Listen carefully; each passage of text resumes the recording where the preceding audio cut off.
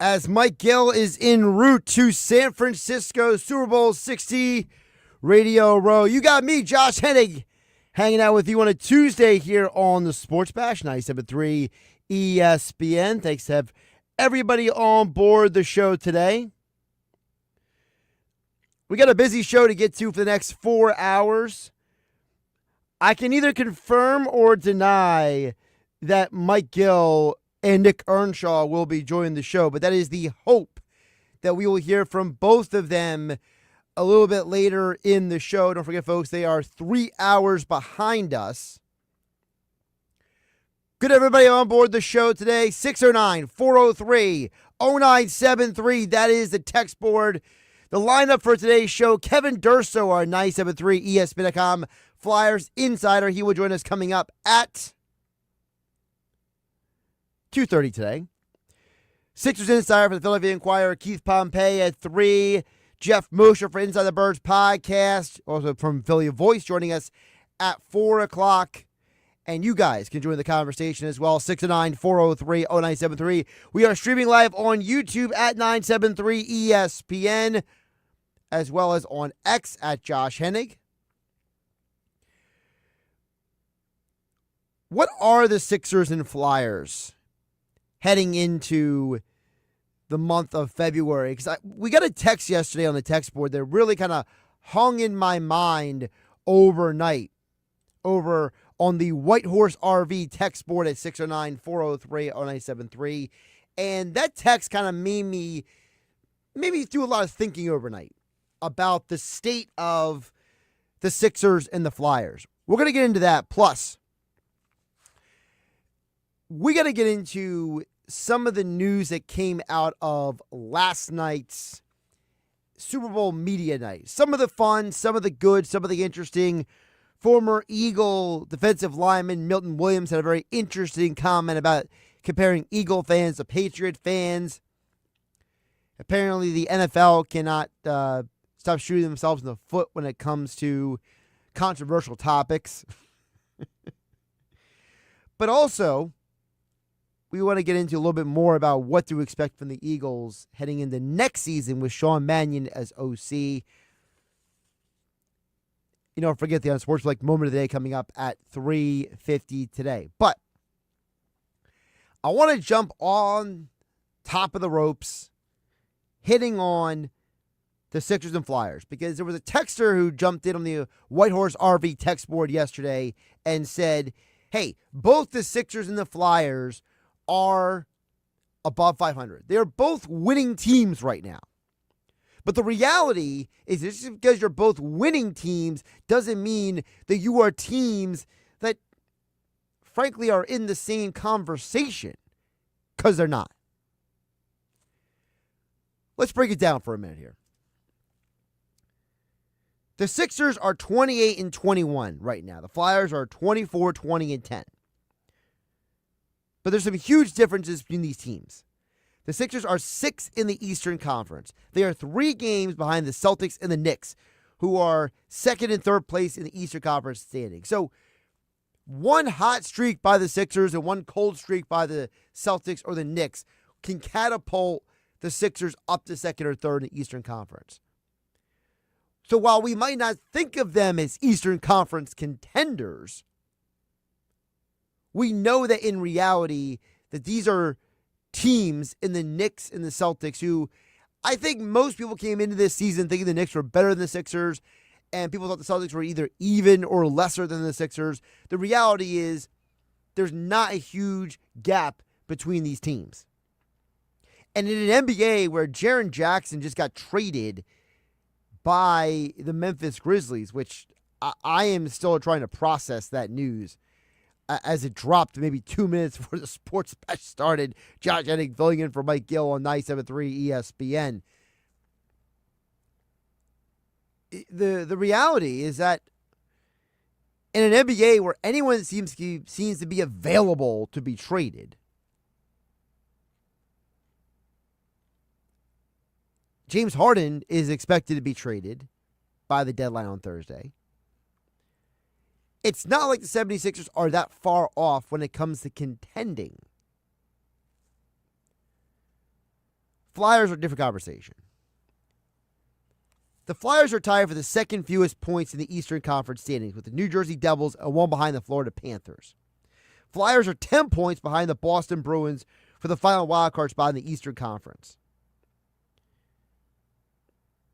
The Flyers have shown you that they have a defense that is not to be respected, admired, or thought well of. Second fewest takeaways in the NHL. Sixers are actually protecting the ball. They have the fourth fewest turnovers per game in the NBA. Again, the Sixers are ascending. The Sixers are finding their way as they enter the month of February, and it makes it more and more interesting if they can make a trade to maybe ramp up this team at the deadline. The Flyers are a team that started out hot, and they've pretty much completely fizzled. Now, what you want to read into the recent conversation of the players, we'll get into that with Kevin Durso coming up in about 20 minutes from now. But the Flyers are a team where several days ago, Sean Couturier was saying, was speaking his frustrations, shall we call it, about the lack of winning. A few days later, he admits, I got to do a better job at scoring goals, helping us score goals. Sixers, on the other hand, have a player in Joel Embiid who looks healthy for the first time in about 2 years. Tyrese Maxey is pulling out James Harden-type stepbacks in the game last night, and somehow Dominic Barlow became the first Sixers player to do something in 35 years? Charles Barkley was the last person to have 25-some points, around 25 points and over 10 rebounds in a game. Like, Dominic Barlow did something that hasn't been done since Charles Barkley. You would have thought Joel Embiid might have done it, but then you forget that Joel Embiid's not a very good rebounder. You thought that someone else might have done it, but the reality is that those other people have been unavailable to put together a Dominic Barlow-type game last night. And I don't know if Dominic Barlow is the answer to your rebounding problems. I suspect not. But he certainly has shown that he can be a valuable part of this team as a role player moving forward. I don't expect him to score big points every single night, but I do think that if he can be an offensive glass guy, someone who can crash the boards and help you in that department, it at least makes the trade deadline feel a little less tenuous. But as Joel Embiid said, they got to go out and get somebody. They would like to see them get some more additions for this team. And thanks to Paul George's suspension, you're saving money on the cap. You're saving money on the luxury tax. But on the flip side, the Flyers, well, their GM doesn't expect to really do much of anything at the deadline. It's incredibly disappointing to have two organizations that are in such completely different arenas and worlds. They play in the same building, but you would think they're in completely alternate realities. Both teams have a mixture of young players and older veterans. Both teams are teams that are hyper-dependent on who is on the ice or the court at a particular point in time. But one team looks completely lost offensively, and the other team looks like they're starting to find themselves. And again, I'm not saying the 76ers are going to win a championship. I'm not saying the 76ers are one of the best teams in the NHL. What I'm saying is, I have more faith in the Sixers the rest of this year than the Flyers. If you would have asked me coming into these seasons back in October, which is now, 4 months ago, if you would have said to me, who do you have a better hope and feel about moving forward? I honestly would have said the Flyers. Because I felt like with Mishkov's future, acquiring Zegras, First year for Rick Tocchet, I felt like there was something tangible I could wrap my mind around. And the Sixers came into the year with nobody knows when Embiid's going to play. Nobody knows when Paul George is going to play. The 76ers from December on have built and built and built. Just in the month of January, the 76ers won 10 of their 17 games. The Flyers were 4-8-3 in 15 games. One team is ascending in the Sixers, the Flyers. I think a conversation needs to be had. Is it time for them to tank the rest of the year? Let's check in on the Whitehorse RV text board, 609-403-0973. Of course, don't forget we are live on YouTube at 973 ESPN. Josh Hennig filling in for Mike Gill, live in the Ocean Casino Resort studio here on 973 ESPN. Shaner and EHT chimes in and says, when you talk about the Flyers, been to 4 games and watched many this year. The line changes have been the difference. When they are slacking, they seem to give up to the Flyers. Meaningless goals. When they are efficient, they win. Is that pure coaching, timing? Is it the players? To me, I saw at least 1 goal a game given up due to poor changes. They also need an enforcer that they don't have. Shaner and EHT. Well, a couple things, Shaner. Number one, I think in their mind, they think that Hathaway and Delorier are the enforcers. So if you're saying they need an enforcer, that's an indictment of Delorier and Hathaway, is number one. Number two, you ask, what is the problem with some of these issues? I do think there is an issue with the players at times not being in the right place at the right time, not rotating on defense, not getting back on defense. The Flyers defensemen have been a huge eyesore for about 8 years now. Even when the team had guys like Ivan Provorov and Shane Gostisbehere and those type of players years ago, none of those guys were like high-level elite defensive players. This team has not had a defensive stalwart in about 20 years. And even then, I mean, Chris Pronger was the end of his career when they got a hold of him.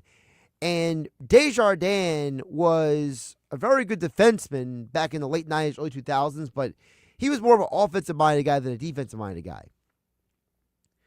I think a lot of the Flyers' problems is that they have not had great defensemen. If you would have put some real defensemen, like studs, next to guys like Sanheim, Cam York, this team would look a lot different, I think, when it comes to the way they play, the energy they give. You mentioned the poor changes at times. The line changes probably would have a lot more stability if you had better defensemen. And I think the Flyers thought when they signed Ristolainen, that did former GM Chuck Fletcher, I think the vision was that Ristolainen was going to be that guy. And Ristolainen is basically proven to be not much better than anybody else on the team. There's no definitive guy on this defense where you're like, that's the stud. That's the guy. That's who we're talking about. No. This team is built with a bunch of guys who will look a lot better if they had more talent around them. Look, we all know. Josh Hennig filling in for Mike Gill here on 97.3 ESPN. Shaner and EHT. Shout out to Paul in Northfield yesterday. I know he's a big Flyers guy. Or anybody else. We'll talk with Kevin Durso about this a little bit more coming up in about less than 15 minutes from now. When Sanheim played for Team Canada last year in the Four Nations tournament, he was playing next to an actual stud defenseman. He looked way better in those games than I've ever seen him play in a Flyers uniform. Who you play with matters. And I think that might lean into Shaner and EH to the other part, which you say is about the coaching and the players slacking. There, you're right. There obviously are times where this team looks like they just don't have the energy. They just don't have the juice.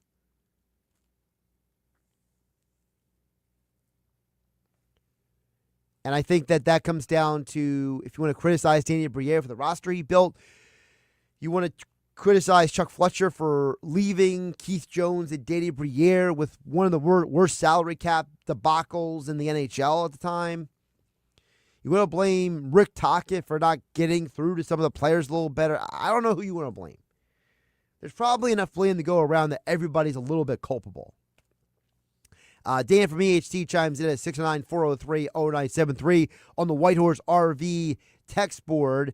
Dan in EHT says, the talk should only be one thing in Philly sports right now. Tyrese Maxey. This guy is must-see TV. He clearly is a top 5 player in the NBA, or at least the Eastern Conference. I remember the Answers era. Iverson was amazing. This has really matched the Iverson stuff. Enjoy Maxey because he is the real deal, says Dan in EHT. I don't think Maxey should be the only thing talking about in Philly sports, but you're right, Dan in EHT. He probably doesn't get talked about enough. And I think part of it has to do with the fact that there is a contingent of people who they just didn't really appreciate Maxey's evolution and development and ascension. Because remember, he was almost an afterthought when they drafted him in 21st overall 6 years ago. The first time Maxey hit the 20-point plateau, for me, that was the moment you were like, all right, he's starting to look like the guy we thought he could be. Then he got better each year. He has now averaged more points per game, ascending every year from 8 to 17.5, the 20, the 25.5, the 26 to now 29.2. And the fact that he's been able to take on such a wild and heavy workload in terms of the minutes played this year, leading the NBA, the fact that he is a all-star starter, the fact that this young man is basically he's the face of the franchise. Joel Embiid may be the process, but Tyrese Maxey is the man. 10th in the NBA in assists per game. He has the 3rd most steals in the NBA.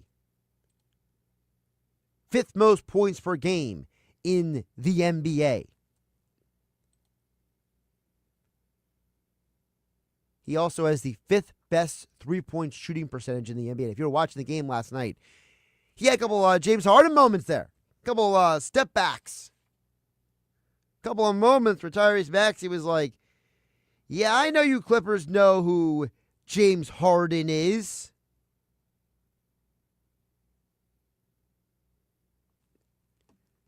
That James Harden guy. He was something, right? When he plays. Oh, by the way, James Harden's getting traded again. Talk about a fiasco with James Harden, right? I mean, James Harden went from being a perennial MVP candidate in Houston to being second fiddle with the Brooklyn Nets to second fiddle with the Sixers. Then he wanted to go back home so bad, go back to LA, went to the Clippers. Now, he might end up in Cleveland. That whole story is nuts to me. But back to Maxey. I think Danny AC, part of the reason, as I said, it's hard for people to put Maxey and Iverson in that same conversation because for those of us who watched the entirety of Iverson's career, Iverson was superstar day one, basically. Maxey has grown and evolved into this perennial all-star guard. And I think that's where maybe it's a little hard for people to do what you're doing, Danny HC, which is give Maxey that level of credit because of the fact that people look at Iverson as, I mean, people, for those who might don't have your memory going back that far, or maybe you're not the diehard basketball person, or maybe you didn't live through it, maybe you're a little young for the Iverson era, but that run from when he was drafted in 1996 to the moment they traded him during the 2006-2007 season, Iverson was one of the top scorers in the NBA. If I remember correctly, he led the NBA in scoring 4 times during his tenure in Philadelphia. And on top of all of that, you're talking about a guy in Iverson who was the main star no matter what. Maxey came in, and Embiid was the established star. You had Harden here for a time. He was an established star. It wasn't until Harden got moved that Maxey really started to step in and fill in his own.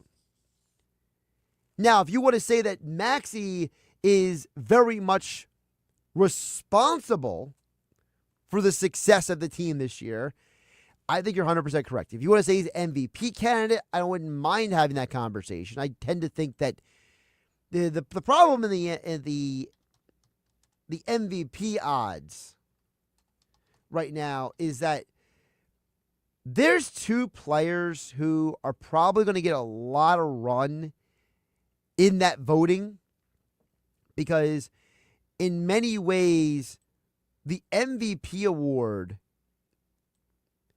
is it's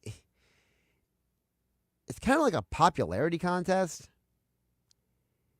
And I tend to think that when it comes to a guy like Maxey, it's hard to put him in that same conversation. People who don't watch him every day. Like, for those of us who watch him every day, we know how important he is. We know how valuable he is. We know what he means to this organization. But in an NBA with guys like Anthony Edwards and Shai Gilgeous-Alexander and others, it's very, very hard to be the guy like Maxey, who, for better or for worse, is viewed as the other guy. And again, I'm not sitting here saying that he shouldn't be a candidate. But again, Shai Gilgeous-Alexander, Luka Doncic. I mean, you can throw Cade Cunningham into the conversation. Jalen Brown's had a wild year. I mentioned Anthony Edwards. There are some sportsbooks that don't even list Tyrese Maxey as an MVP option. Other sportsbooks have him as plus 15,000. If you go to my friends over at the Caesars Sportsbook, Shai Gilgeous-Alexander is a minus 300 favorite. Doncic is plus 1,000. Cade Cunningham is plus 2,000. Jalen Brown is plus 4,000. Anthony Edwards is plus 10,000, which is absolutely insane to me. Tyrese Maxey's all the way down, tied with Jalen Brunson for plus 15,000. So maybe he does need to be talked about more, Dan and EHT. Maybe Maxey does need to be more in that conversation. We'll dig deeper into that with Keith Pompey for the Philadelphia Inquirer coming up at 3 p.m. Josh Hennig filling in for Mike Gill as Mike Gill travels the Super Bowl 60 Radio Row in San Francisco. Of course, Nick Earnshaw is already boots on the ground. If you haven't been following all of his activities and festivities out there at Radio Row, you could do that over on Instagram. Coming up, we're going to talk with Kevin Durso. What are the Flyers? They have 2 games left in this season. We'll ask Kevin Durso, who are the Flyers? What are the Flyers as they get ready for the Olympic break? Of course, the game is tonight, 7 p.m., right here on 97.3 ESPN when they take on the Capitals, followed by Sixers Warriors at 10 p.m.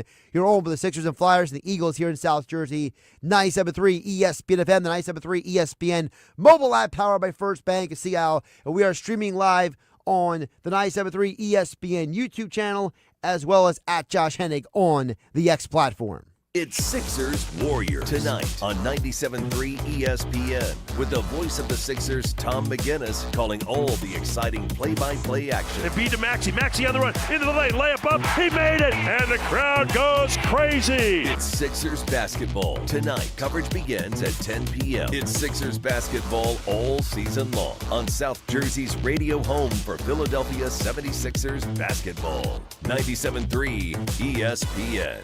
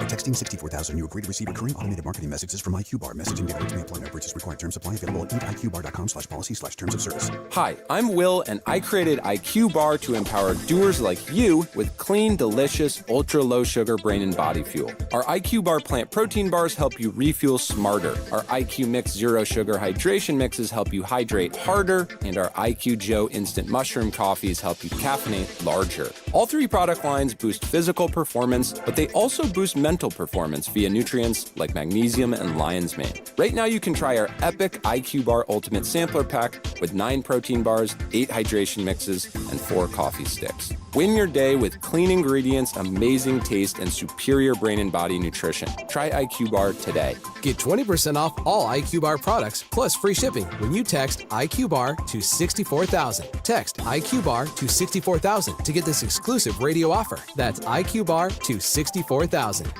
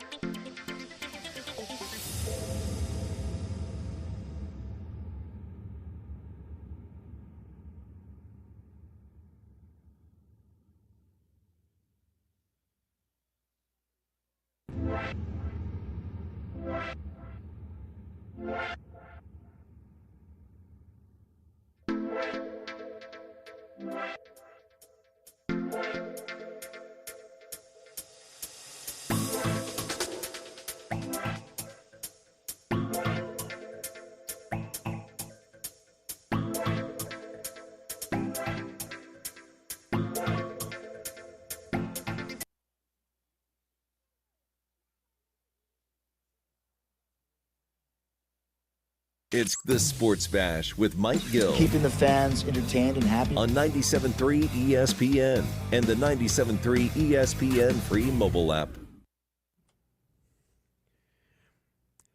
We'll get back to the text board in just a bit. Josh Hennig hanging out with you, filling in for Mike Gill as he travels to Super Bowl Radio Row, 97.3 ESPN. Don't forget tonight, Flyers' second to last game before their Olympic break. We're going to get into all of that and, well, who are the Flyers at this point? I know that my take on the Flyers has been different than Mike Gill's and maybe a little too nuanced for Mike. So we're going to have Kevin Durso come on and basically either tell me I'm an idiot or tell me if I have a clue what I'm doing here. Kevin Durso, our Flyers insider from 97.3 ESPN.com, covering the Flyers all season long for a decade now for us here at 97.3 ESPN. Kevin, welcome back in. How you doing today? I'm doing well, Josh. How are you? I'm doing good. So I wanted to start with you with this, which is I don't think that the Flyers are as hopeless as Mike Gill does, but I certainly don't think that they are, onward and upward, all things, firing on all cylinders either. My take on this team is that I watch them and I think that they are obviously missing pieces. They are obviously missing talent. And if you want to, point to how Chuck Fletcher put them behind the eight ball, if you want to point to Danny Briere's lack of interest in making trades at the deadline that are going to vastly improve the team, whatever you want to point to, Kevin, to me it comes down to, hey, you got some nice players, but you just don't have enough. Yeah, I mean, you're starting to see all the holes that are there. They lack the top pieces that a lot of teams need to be contenders. They don't have a lot of center depth. They certainly don't have a top line center. They don't have that. I don't think I don't think their defense as a whole is necessarily bad, but everybody could be moved down a slot if you got that stud guy who controls everything. That's where I think they're lacking there, that everybody has to play one step above where they should be. And that creates holes defensively. I feel like at forward, like at center, you could add three centers to this group and really make it formidable. But adding three is really a tall task. I think you add that one guy at the top. Like I keep thinking about, let's say they had won the draft lottery last year, and as much as people may be excited about Porter Martone, and he's one of the few prospects that is really generating some excitement. What if you would have been in the position I had told you guys last year when everything was positioning and we were talking about then? They really need centers, but I would forego all of that because Matthew Schaefer is going to go number one. So if you won the lottery, I'd be taking Schaefer.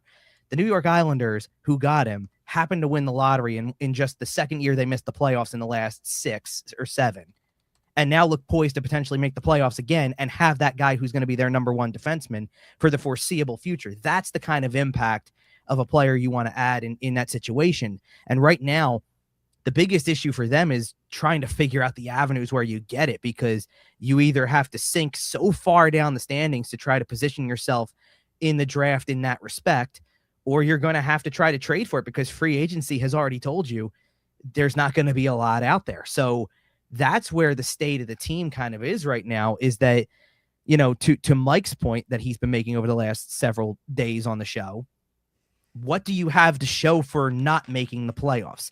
And in some cases, like I've said before, I have to divide that down the middle over the 6 years you've missed, because 3 of those were Fletcher years, and your GM made decisions that were more about trying to save his job than really better the future of the franchise. Correct. In Briere's case, you landed a big name player supposedly in your first draft with Michkov, but that's hit the skids right now. He's going through a slump, and really the best thing for everybody involved right there is a clean slate with a new season, because there's really not much to recover from this particular year. He started behind the 8 ball. He's probably going to finish behind the 8 ball, and everybody just needs to start over with a new season when the time comes.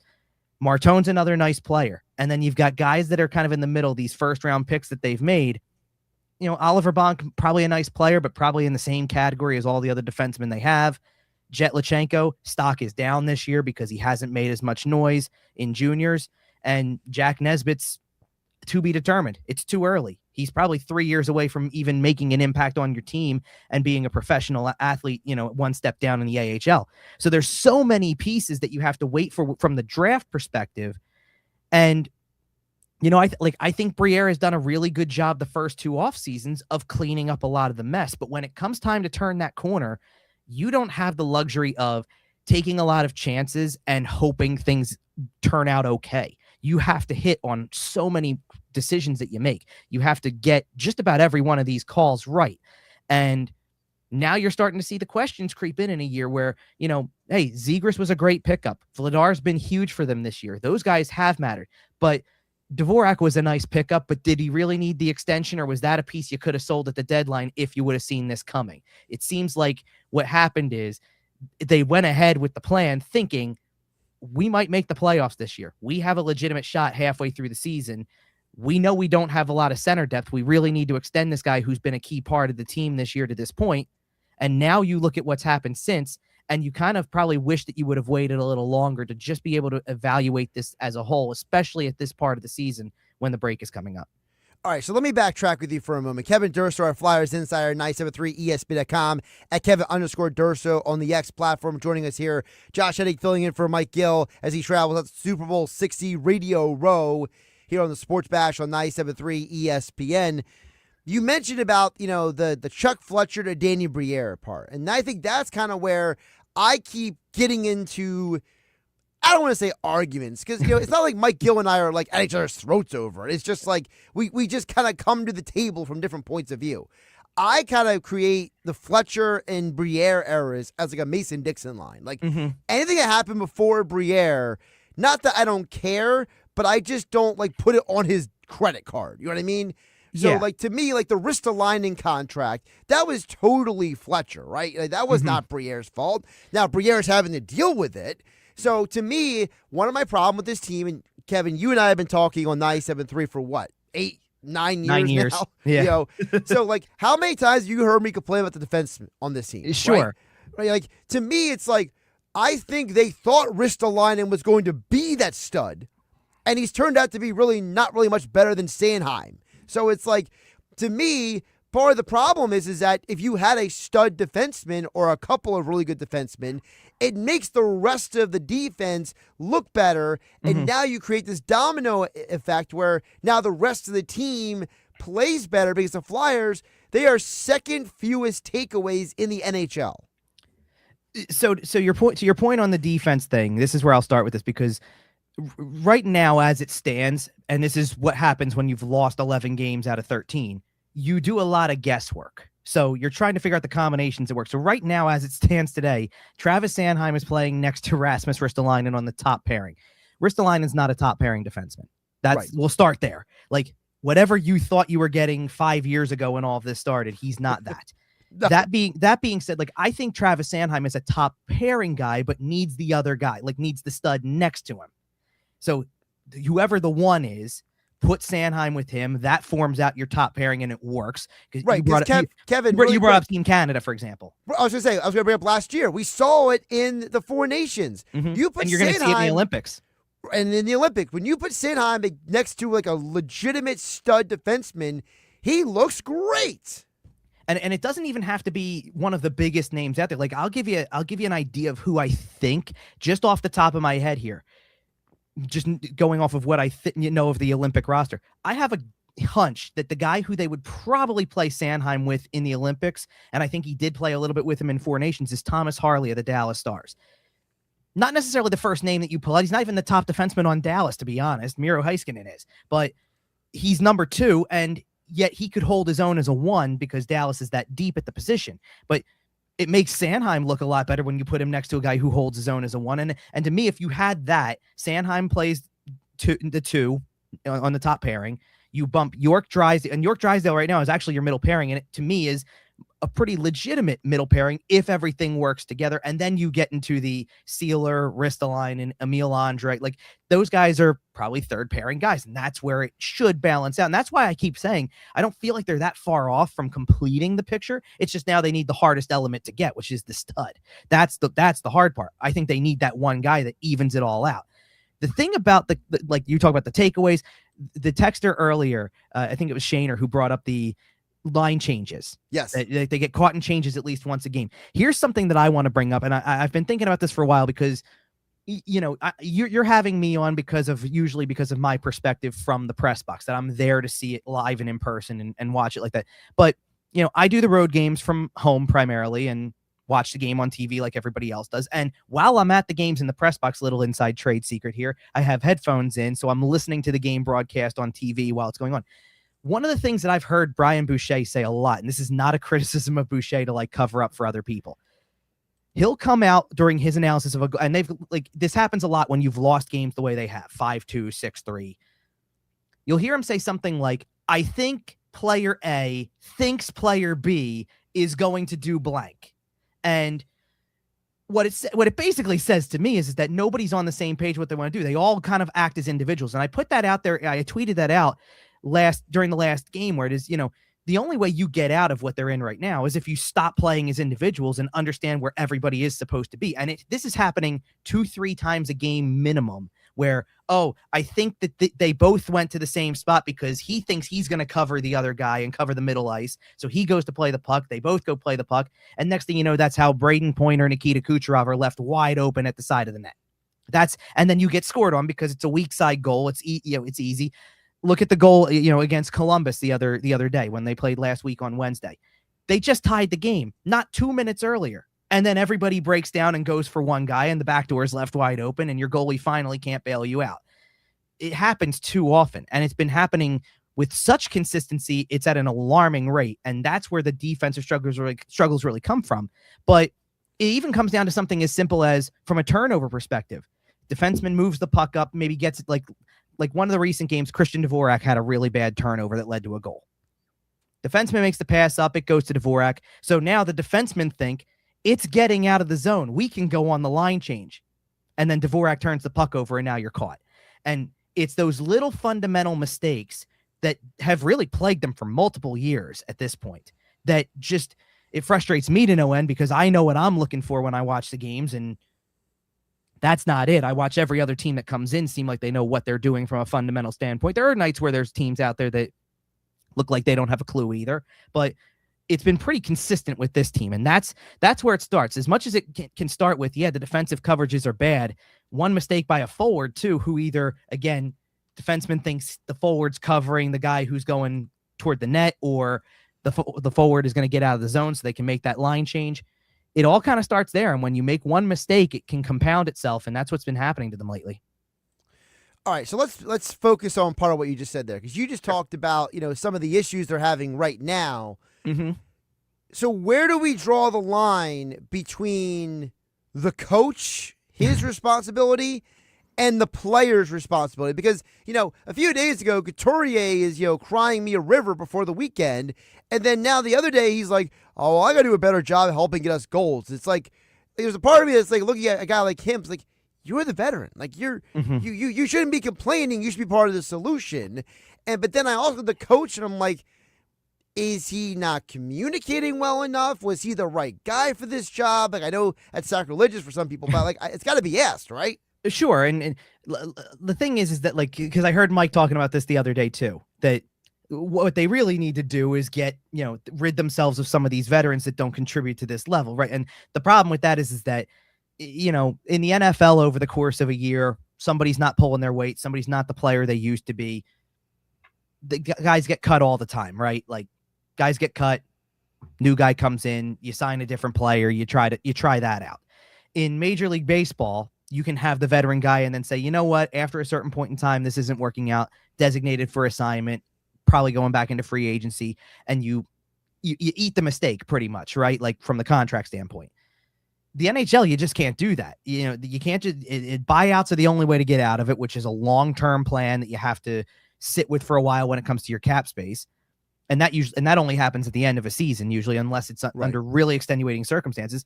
And then all of the guys that you're talking about from that veteran group, all of them have no movement clauses. Like Sean Couturier, he can't be traded not without his permission anyway. They'd have to go to him and find a place that he would be willing to waive the no movement clause just to do that with.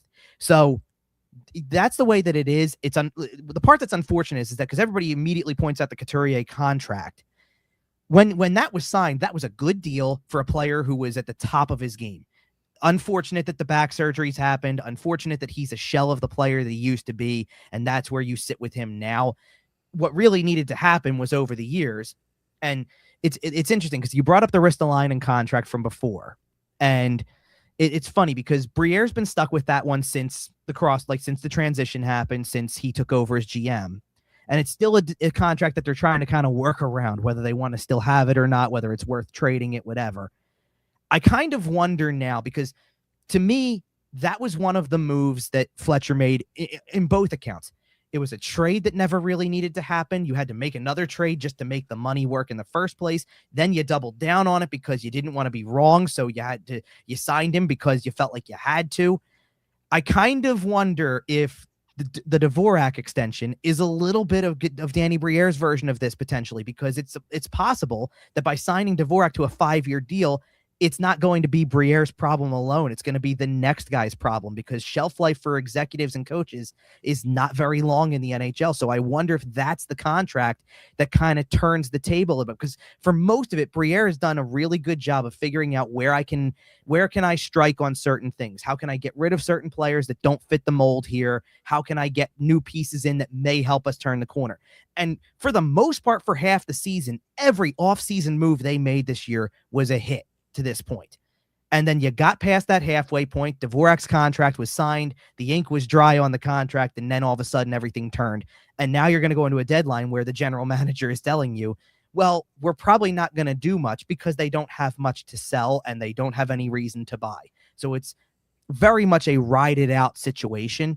You know, the players at this point, like when you hear Couturier say all that type of stuff, that's frustration. That's 11 losses in 13 games, and I don't know what I can do. I brought up in an article I wrote yesterday what Travis Konechny said about, I'm tired of missing the playoffs. I'm just trying to get points for the team. I don't care about my own numbers. I'm trying to win games because I'm tired of missing the playoffs. And he kind of has the right to say that at the moment with how much he's giving. You know, they lose a game in Columbus where he scores a hat trick, 2 goals coming after he blocks a shot. He's hobbled on one leg practically and gives it his all. And everybody else on the roster that night outside of Vladar in goal was a passenger, was a spectator. So he has the right to come out after another loss and say, listen, I just want to get points. I'm tired of this. You know, so you're trying to do whatever it is you can do to change the tide. For more insight on the Flyers, as they got 2 games for the Olympic break this week, of course, tonight, 7 p.m. on 97.3 ESPN. Go to 97.3ESPN.com for all of Kevin Durso's coverage, as well as at Kevin_Durso on the X platform. You know, maybe someday, Kevin, we will actually talk about some positives with this team. It feels like every time we get 1 step forward, it's 2 steps back. But I do always appreciate you, whether it's me or Mike Gill or Billy Schweim, you always coming on to answer all the sidewinder questions that get spun your way. Yeah, I hear you. We've had some good ones over the years, and more to come, I'm sure. Thanks, Josh. Absolutely. Kevin Durso joining us here on 97.3 ESPN. Josh Hennig filling in for Mike Gill here on the Sports Bash. Coming up, we'll check on the Whitehorse RV text board at 609-403-0973. Also, we have Keith Pompey with the Philadelphia Inquirer. He will join us coming up in about 10 minutes from now as we look at the Sixers as well today here on the Sports Bash. Josh Hennig filling in for Mike Gill as he is traveling to Super Bowl 60 Radio Row in San Francisco Wednesday, Thursday, Friday, all day long, broadcasting live. Him, Nick Earnshaw, and more hanging out with you. Adam Capel will make appearances, as well as Billy Schweim, Alex Berardis, and more, all down there at Radio Row in San Francisco. But until then, you got me, Josh Hennig, hanging out with you on a Tuesday on the Sports Bash on 97.3 ESPN FM, 97.3 ESPN mobile app powered by First Bank of Sea Isle. And we are streaming live on YouTube at 973 ESPN and on X at Josh Hennig. It's Philadelphia Flyers hockey tonight on 97.3 ESPN and the 97.3 ESPN free mobile app. Listen as Tim Saunders and Todd Fedoruk bring you all the exciting play-by-play action. They score! Konechny on the one-timer, and DK makes no mistake, the power play goal. It's Flyers Capitals tonight. Coverage begins at 7 p.m. It's Flyers hockey all season long on South Jersey's radio home for Philadelphia Flyers hockey, 97.3 ESPN.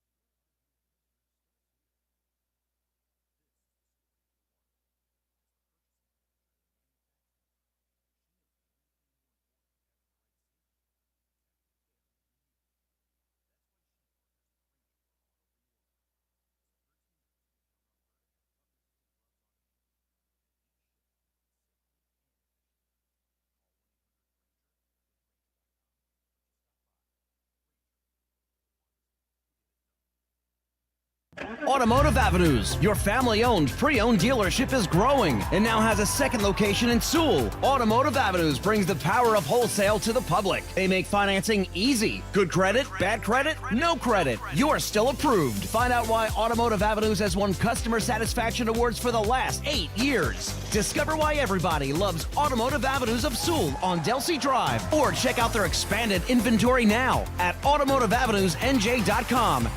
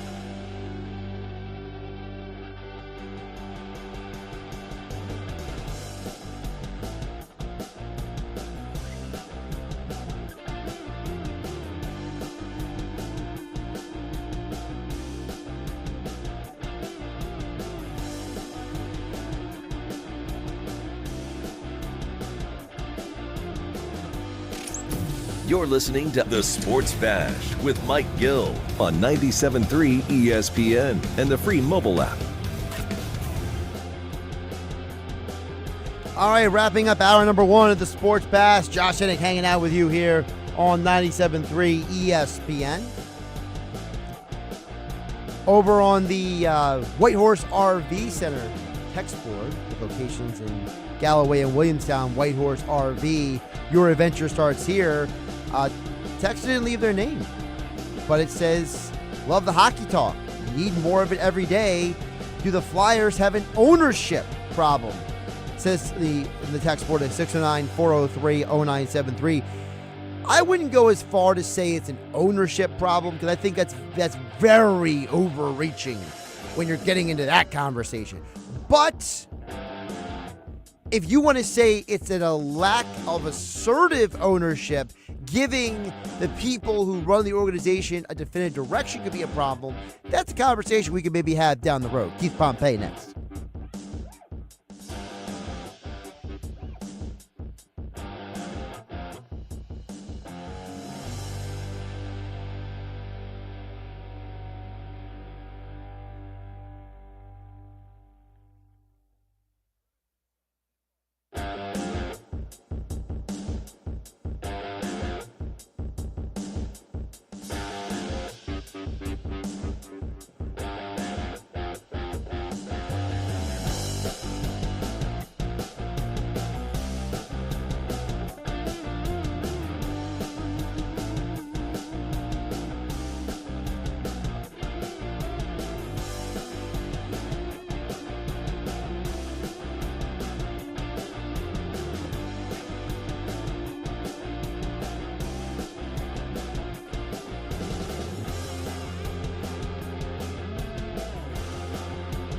For over 135 years, First Bank of Sea Isle City has proudly served Cape May County with a commitment to maintaining a hometown feel. We provide secure, convenient deposit and loan products every day. We're more than just a bank. We're a trusted community partner, offering personalized banking solutions that make life easier for local families of all ages. First Bank of Sea Isle City. Look for our lighthouse in your neighborhood and discover what makes us different. Member FDIC, Equal Housing Lender.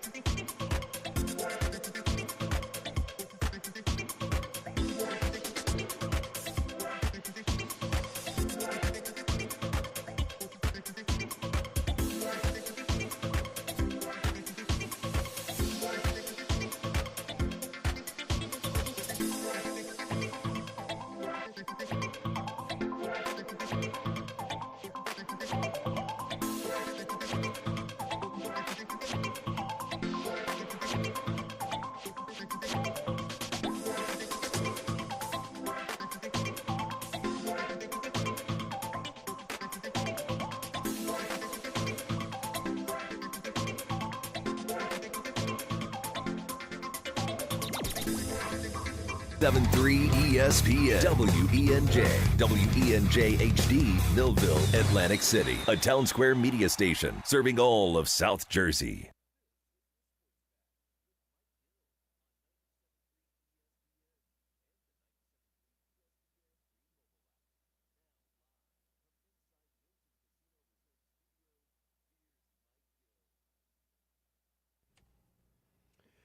Three o'clock hour of the Sports Bash. Josh Hennig filling in for Mike Gill here on 97.3 ESPN. Don't forget, still to come tonight on 97.3 ESPN, Sixers back in action. It's pretty easy. They played at 10 o'clock last night. They play at 10 o'clock tonight. Last night against the Clippers, tonight against the Warriors. And to get more into about who are the Sixers heading into the deadline, because I feel like with all the trades that just happened today, Jaren Jackson getting moved, the Timberwolves opening up a ton of cap space, getting back under the first apron with the luxury tax. So what are the Sixers going to do, if anything? What is a realistic expectation for this team? They won 10 out of 17 games in January. Tyrese Maxey, the starting guard for the Eastern Conference in the All-Star game, all that and more. Keith Pompey, Sixers insider from the Philadelphia Inquirer, Philly.com, and of course Pompey on Sixers on the X platform. Keith, welcome back in. How you doing today? I'm doing well, my man. How you doing? Doing pretty good. So let's start with the deadline, because I think that's where a lot of people are really licking their chops, or they're seeing other teams making moves, right? And there's that part of the Sixer fan that's like, yeah, but what about us? Are we going to make a move? Yeah, but you also look at some of the assets that the other teams have, too. And we look at the draft picks and some, the players that they're getting back. I think that right now when you got a team like the 76ers, where you have three max players, and, one of them, Joel Embiid, he looks great. I mean, and over the last 15 games, he's been averaging 29.3 points, and he looks playing extremely well. But the elephant in the room is what's going to happen over the next 3 seasons when that $193 million extension kicks in. And then also Paul George, he signed 4 years, $211.5 million in July of 2024. But right now he's serving a 25-game suspension. And then on top of that, it's kind of like when we look at Paul George, yes, he's listed as a big three, but maybe at this particular time of his career, you can argue like he might be the fourth best option on a championship team, right? So with that being said, I don't think the Sixers have the assets that other teams have right now. So the best thing for them to do is just try to see what they can do now. You can go get some fringe players, but aside from that, you're not going to be able to make the moves that these other people are making. Like you don't in order to get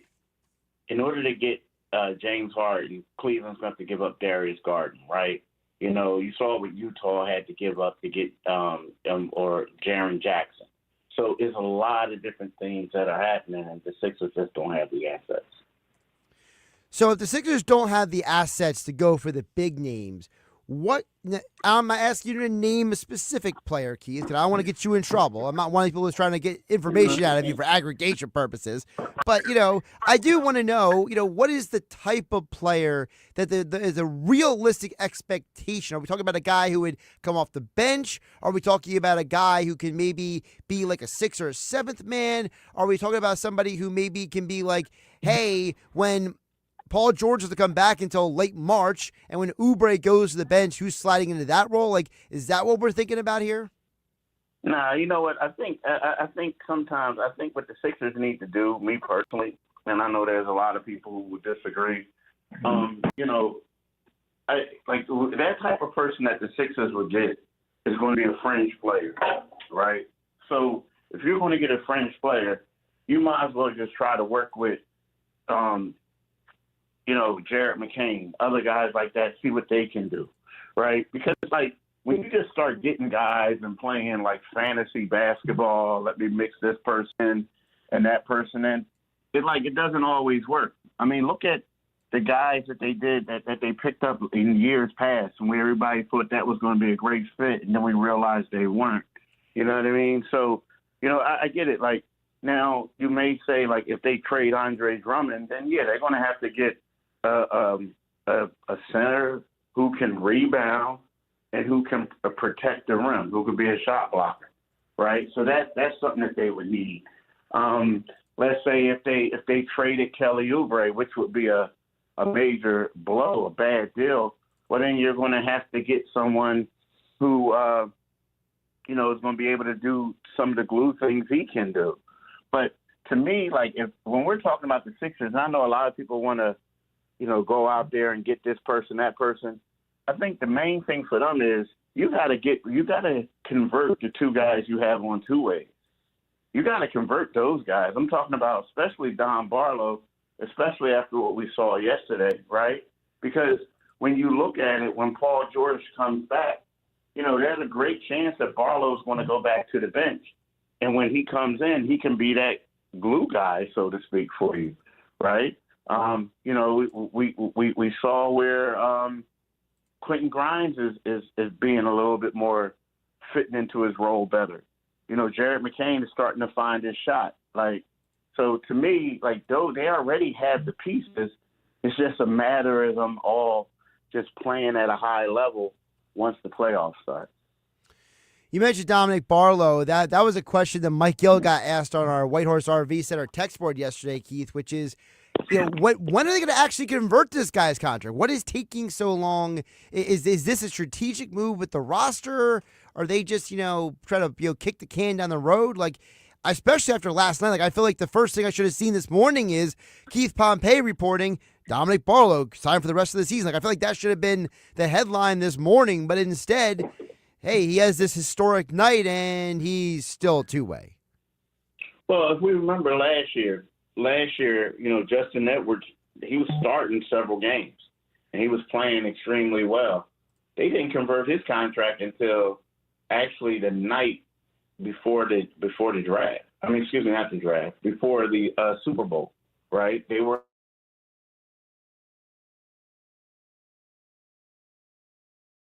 convert them, and then they ended up converting them the next day. But so I think that what it does is it runs this course. You use up as many days as you can. Also, agents are negotiating with the Sixers. It's one of those things where, yeah, you can convert them to a contract, but I'm pretty sure an agent wants to give money. The Sixers want to save money.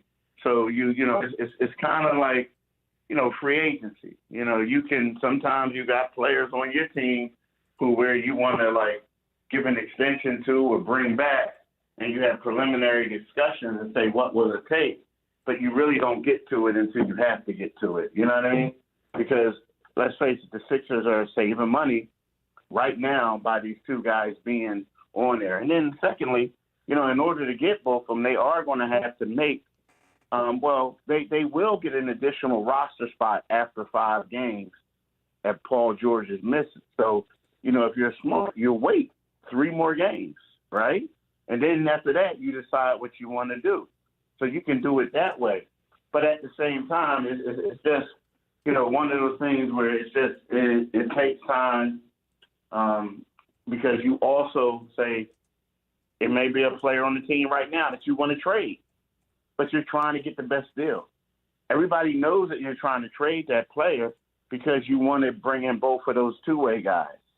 So I'm not giving you anything for that. I need this, I need that for the take in the salary. So, it's just one of those things where it's all negotiation. You can't really rush it. Sixers insider Keith Pompey joining us here on the Sports Bash. Josh Hennig filling in for Mike Gill on a Tuesday afternoon on 97.3 ESPN at Pompey on Sixers on the X platform. Right now they're on the road trip, Keith, obviously on the West Coast. They're doing the swing around. What can we take from this team on this road trip that can be projected forward? Because, after you win 10 out of 17 games in January, this team feels like it's trending upward. You got some good vibes. Obviously, the Paul George news feels like a bit of a gut punch, but you do have Maxey playing at a high level. Embiid seems to be elevating each week. You have guys like Oubre having a great year for, in terms of his own career.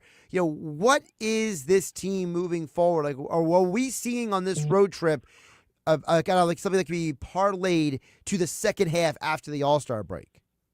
Well, I mean, the main thing right now, like if we're going to be real, like they beat the Clippers and it was a good one. But the main thing that came out of that was Dominic Barlow stepped up and played well. The first game before they went on the road trip, it was Kelly Oubre played well. It's all about seeing who do you have and who can step up and fill in the shoes for like Paul George and do other things like that. Secondly, is like, you know what, is not all, and I mean, that's good, but then it's also, I mean, let's face it, they're in sixth place, but they're a game out of fourth place. So right now is all about just getting as many wins as you can as possible, because you know that you want to have, at least in your eyes, a top 4 seed to make the playoffs, right? You know what I mean? But preferably a top 3. But that's what you want to do. So to me, it's all about seeing what your talent you have and going there, binding a little bit more better. But, that's what it is, because even when Paul George comes, like, it's going to change a little bit just because he's going to be back in the mix. But at the same time, if you're the Sixers, you're evaluating talent while also trying to rack up wins. When you mentioned about evaluating the talent, I was going to ask you something differently, but you just said it at the end there. When you know about evaluating talent, who do you think is a guy that the brain trust of the Sixers right now is, maybe not looking at closest, but like maybe a guy that you're trying to figure out, what is his best role heading down the stretch of the season? I mean, I think right now you look at it there's 2 guys. I mean, it's Kelly Oubre and it's Dominic Barlow. You want to say, like, what are their roles at the end of the season, right? Because, I mean, the thing is, when we look at it, you like what Kelly brings to the pitch, to the offense, right? Now, Paul George is not going to come off the bench. He's making too much money. Right. He's not going to come off the bench. But what you got to decide is between Dom Barlow and Kelly. Who's going to be able to be in that starting lineup? Like right now, you say it's Kelly, but that's a smaller lineup. Like you basically you have 4 guards, because Kelly was a 2 guard up until last year, and that's the position that Paul George played with the Clippers, right? So when you look at it, it's like there's an undersized squad that's basically getting hammered on the boards. They did better the last couple games, but mostly they get hammered. So these are the 2 guys that you want to look at and see, okay, who's going to be the perfect fit moving forward. Keith, we were talking about earlier in the show about Tyrese Maxey and his seeming just, evolution from year to year, his growth, his development. Obviously someone can pull up a stat sheet and see that, he scored more points per game every year. Someone can pull up a, leaderboard and they can see that, hey, he's, top 10 in the NBA in numerous categories. But Keith, taking away just the pure stats, as someone who covers the team day in and day out, what has been for your eyeballs the biggest part of the Maxey evolution from being almost an oversighted 21st overall pick to now being a starter for the All-Star game? I just think is the hard work. Like every year he worked on something different. You know what I mean? Each year he came out and he worked on something different. And I think that's the biggest thing for Maxey. At first it was, he couldn't shoot from the outside. Then it's like, can he run an offense? Is he a point guard, right? What does he do against contact? Then the biggest thing was this year was like he can't defend. He's just not a defender. And now he's second in the league in steals, right? So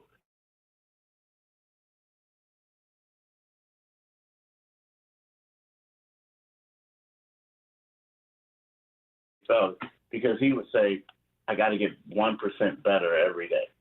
My goal is to get 1% better every day. And it's like, I shouldn't say fake. It was just real cliches, right? And it's like, is he really just saying it to say it? Or Does he really want us to believe it? But then you look at it, and he works out hard every day, and he's gotten better. So I guess that's what he lives by, and it worked out for him. Also, what is your take on the fact of, where is his standing in the league now? Because, you have a guy like him who gets to be a starter in the All-Star game. He's the first guard to do that for the Sixers since, some guy named Allen Iverson. You may have heard of him. So it's for Maxey to be at this level, what does that say about how people perceive him among, fans, other players, coaches around the league? Well, when we talk about fans, Maxey was the top American vote getter. So, the fans love him, right? I think a lot of people respect him. I think the media respects him too as well. I think that if we want to talk about pecking order, I think Maxey, the top two guards in the league right now are Shai Gilgeous-Alexander and Luka Doncic, right?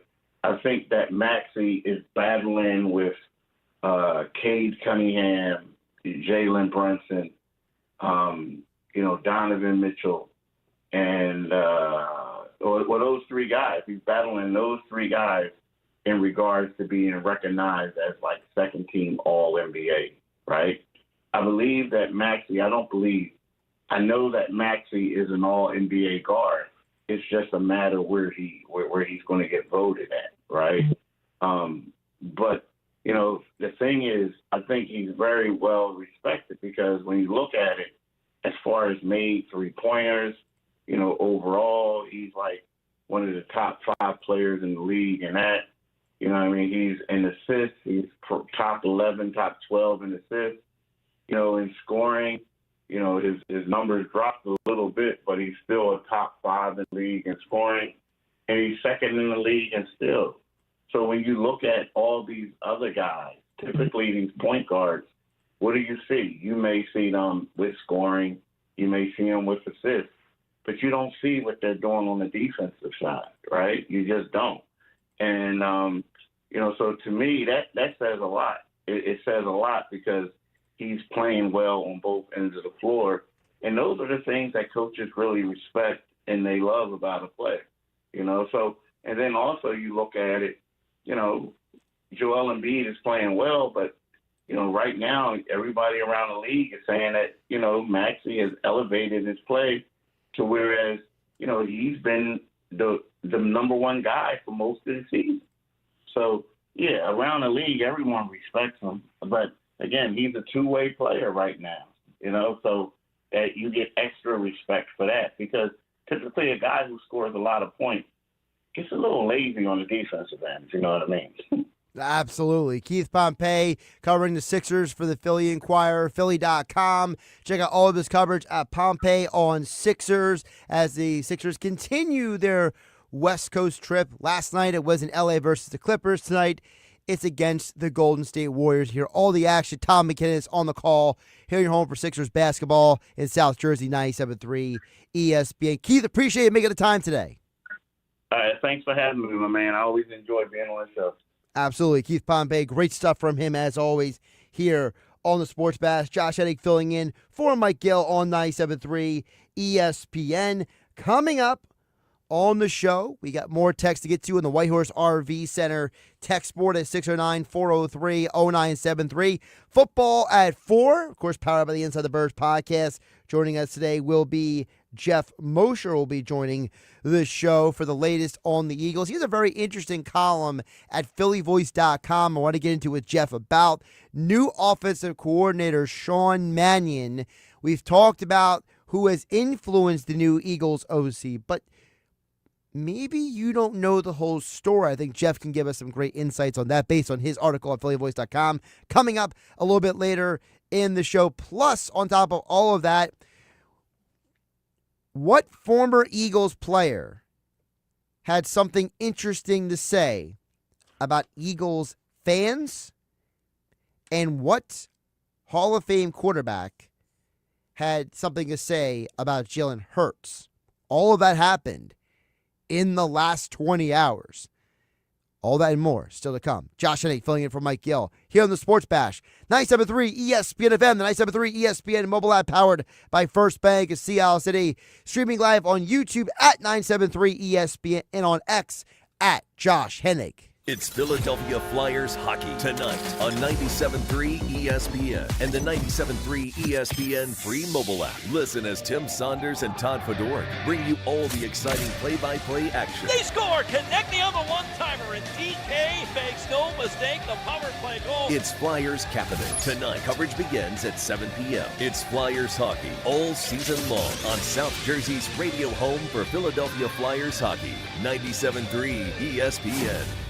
Get your game on at the Fanatic Sportsbook in the gallery at Ocean Casino Resort. Go to Ocean Casino Resort. Go for the win. For more information, visit theoceanac.com.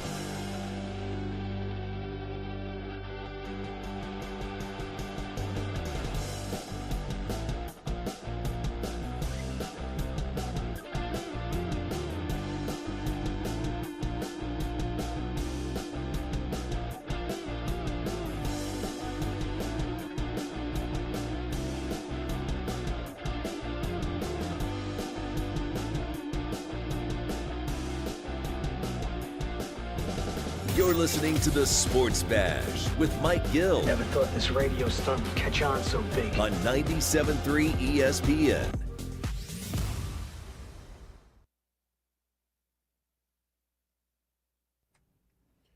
Three o'clock hour of the Sports Bash being brought to you by Broadleaf's Plumbing, Heating, and Air Conditioning. As we thaw out from the winter freeze, are you really ready? Are you really ready for the spring and summer? Well, let Broadleaf's help you get ready for the spring and summer. That's Broadleaf's Plumbing and Heating, 3 o'clock hour sponsors of the Sports Bash here on 97.3 ESPN. We'll get back to the Whitehorse RV Center text board in just a bit at 609-403-0973. Also, we are live on YouTube at 973 ESPN, at Josh Hennig on the X platform, so you can listen on your radio. You can grab the 973 ESPN mobile app powered by First Bank of Seattle City, or you can watch on streaming on YouTube, the Sports Bash, streaming every day on the 97.3 ESPN YouTube channel. Thanks to Pat for chiming in. Is saying good stuff today, Josh. Well, Pat, thank you for watching on the YouTube stream at 973 ESPN, also at Josh Hennig on the X platform. I mentioned before the break about there's been a lot of people talking. It's talking season, right? It's time for people to be talking about all these teams out there. And there was a particular comment made earlier today by a NFL Hall of Fame quarterback.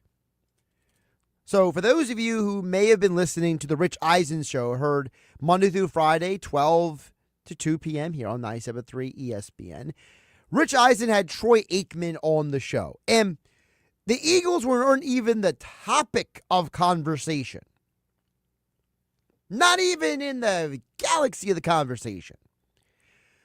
But they were having a dialogue about Drake May and about the Patriots and about a topic that I brought up yesterday on the Sports Bash, which was about, to me, one of the big storylines of this game of Super Bowl 60 is the coaching changes. The fact that you went from a dumpster fire in a coaching situation in New England to arguably one of the most mature and stable coaching staffs in the NFL, with Mike Vrabel being head coach, Josh McDaniel being the OC. And they were discussing on the Rich Eisen show today about how important it is to have a coach who you don't think is going to leave anytime soon. And then all of a sudden, Aikman on the Rich Eisen show throws the Eagles and Jalen Hurts in to that conversation about Drake May and the Patriots. And you're having the success like Jalen Hurts has had. You know, whenever he's had someone who's been good for him, that guy has left and become a head coach. And then when he's had someone who has not been good for him, that guy has lost his job. So that's why he's been through so many different offensive coordinators. And I love the smirk in the background by Eisen, because he knows what Aikman just did there. Aikman basically just sideswiped the Eagles. Not the quarterback, but the Eagles. Because you heard him say very particularly there, hey, when Jalen Hurts ever had a good coach and they're doing well, that guy gets another job. And then when they don't do well, that guy gets fired. And I think that is part of the conversation we have not had enough. Part of the indictment of the Nick Sirianni era is not just that you have a coach who has promoted twice from within and is blown up in his face. It's the reality the Eagles don't know how to hire anybody so far who is not boom or bust. Why have we not talked about the Russian roulette nature of the Eagles' coaching hires in the Nick Sirianni era? Every coach they have hired has been a massive win or a massive loss. Every coaching hire has been a part of incredible success, like reaching the most important game of the year, the Super Bowl twice, or being knocked down in the first round of the playoffs. It's either you reach the mountaintop, have a chance to win a championship, or your season ends before it even gets started in the playoffs. To me, that is an indictment of this organization and Nick Sirianni that has not been discussed enough. The fact that this organization doesn't, and I don't want to blame everyone because I don't think Jeffrey Lurie is sitting there, micromanaging every decision. Howie Roseman does have a reputation for being a collaborator and working with people. So I don't think all of this is on those guys and that kind of deal. But I don't think it's something to be overlooked or downplayed that they either get the move and it works out great, or they make a move and it turns out horrible. And maybe that is part of what the Sean Mannion hire had to be. Maybe part of the hiring of a guy like Sean Mannion was more about making sure that you got somebody who is not going to be as much of a boom or bust hire. Because how many times have, whether it's us here on 97.3 ESPN, Josh Hennig filling in for Mike Gill here on the Sports Bash on a Tuesday afternoon, whether it's Nick Earnshaw on Nick's Nuggets, whether it's Billy Schweim in the locker room talking with Scott Grayson for Grayson's Grades on the weekend, whether it's myself on Hanging with Hennig complaining about Kevin Patullo all year long, or all of you listening, texting in on the text board at 609-403-0973. We have all said, if they just had someone more competent, can you imagine how much better this team would be? Well, it's funny you said that because now you have someone better. Now you actually have someone who fits the criteria of what us fans, analysts, whatever you want to categorize me as, have complained about all year long. Sean Mannion might not have the most experience,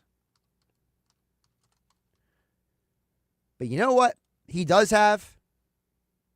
As Nick Foles explained on the Season podcast, Sean Mannion fits a prototype that the Eagles have had success with. I do think there's a lot of similarities between Sean Mannion and Kellen Moore. Kellen Moore and I actually lived together for several months while we trained for the Combine, so I got to be around him, and I'm a huge fan of him. Always knew when he got in the coaching he'd have success. And then I got to be with Sean Mannion's rookie year, so I got to be around him. So I have a unique perspective on both. It is a surprising hire, I think, for Philadelphia and the situation they are in. And obviously Sean Mannion's going to call plays, because if Nick Sirianni wanted to call plays, he would have taken it over last year. So obviously Coach Sirianni does not want to call plays. He wants to be the head coach of the team and be the CEO of the team while giving input. Couple of interesting notes there, because he mentioned if Sirianni wanted to call the plays, he would have taken that job over last year. It's obvious that Sirianni does not want to be a play caller anymore. He tried that experiment in 2021. He was, it was almost like he handed the reins over to Shane Steichen. He couldn't do it fast enough. And then Steichen helped reboot the offense in 2021. You go to the Super Bowl the next year, Steichen gets the head coaching job. And that's partly to Aikman's point. Aikman's point is, hey, this is a boom or bust situation here with Philadelphia, with all of Jalen Hurts' success. And when you have stability, when you have a coach that's not going to run out the door for a head coaching job the first opportunity he gets it, like Steichen and Kellen Moore did, a guy like Drake May can have stability with a guy like Josh McDaniel. We don't always talk about the stability that Tom Brady had in New England, not just with the head coach, but with the coordinators. Charlie Weiss was there for several years. After that, whether it was Josh McDaniel or Bill O'Brien, those guys were not, one day in, one day out situations. You don't think stability has something to do with Tom Brady's success? Of course it did.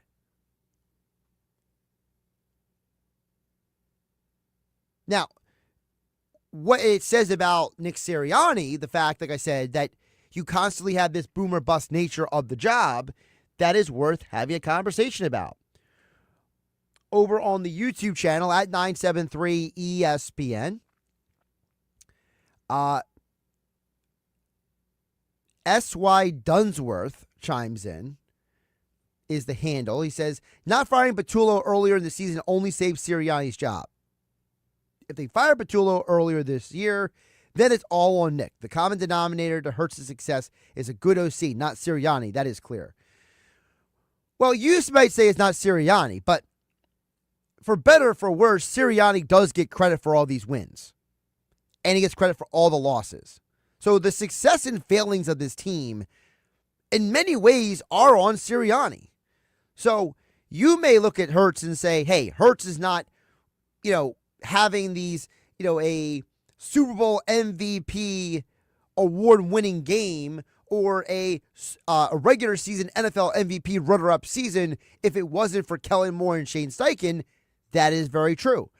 But I think you're a little off where it's saying you can't say it has anything to do with Sirianni.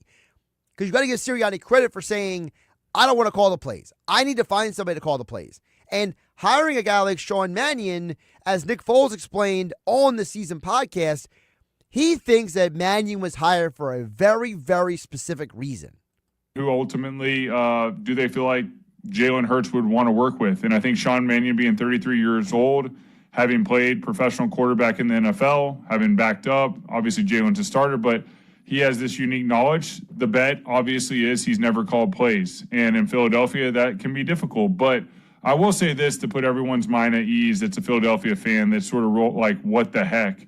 Sean is one of the more bright football minds I have been around in my career. He will be, I'm guessing right now, I would say he'd be a head coach in the NFL in the next several years. I expect him to do really well. Hopefully it's not next year for Sean Mannion. Now, to the point of S.Y. Dunsworth watching on 973 ESPN on YouTube, in his comment, part of it is you said that not firing Patullo saved Sirianni's job. But Sirianni's job wouldn't be in jeopardy if he wouldn't have given Patullo the job in the first place. To me, that's where the loop is, right? What come first, the chicken or the egg, right? That whole analogy. So how much of this conversation is, well, Sirianni should never have hired Patullo, but Sirianni was in trouble because he hired Patullo. There was a lot of speculation the Eagles were going to fire Sirianni after the 2023 season because of how that season collapsed at the end, losing 6 out of 7 their final games. Isn't Sirianni to blame for not just the in-house promotion of Brian Johnson, but also the hiring of Sean Desai to be defensive coordinator and then removing play calling responsibilities from him, giving it to Matt Patricia, and the defense basically getting worse?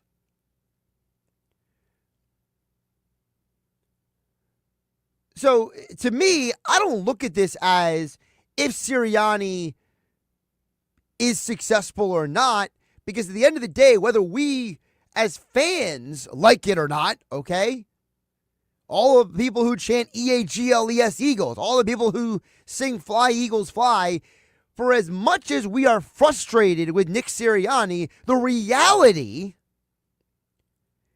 is that Nick Sirianni is credited with every win and every loss.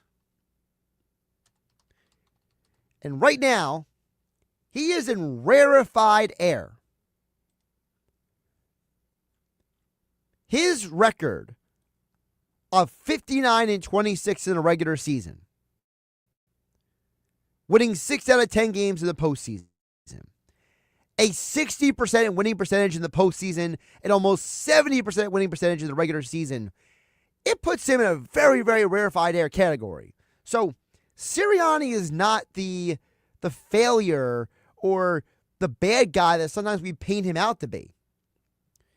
I think Sirianni, frankly, deserves more credit for getting these wins, but I think he deserves more blame for putting a team in a position to give a guy like Patullo the job. I mean, Buffalo is going to have a real trouble this year finding out if Joe Brady is going to be the guy for that job, because the last thing you want is the head coach to be everybody's favorite guy. The head coach has got to be a bad guy at some point. And the problem with Sirianni was he was too afraid to be the bad guy and tell his boy Kevin Patullo, no, you shouldn't have the job. And by the way, Jeffrey Lurie, the Eagles owner, Howie Roseman, the general manager, they deserve some blame as well for allowing Sirianni to promote his friend to the job as well. Over on the YouTube channel at 973 ESPN, Evil Empire chimes is the Eagles' next move will be to fire Sirianni, hire an OC as head coach to problem solve. Well, the only way the Eagles are firing Sirianni is if the 2026 season is a complete and utter failure, which means Sean Mannion is worse than Patullo, which means Hurts is worse than he was this year, which means the Eagles then don't make the postseason. So unless all of those things happen, Sirianni is not getting fired.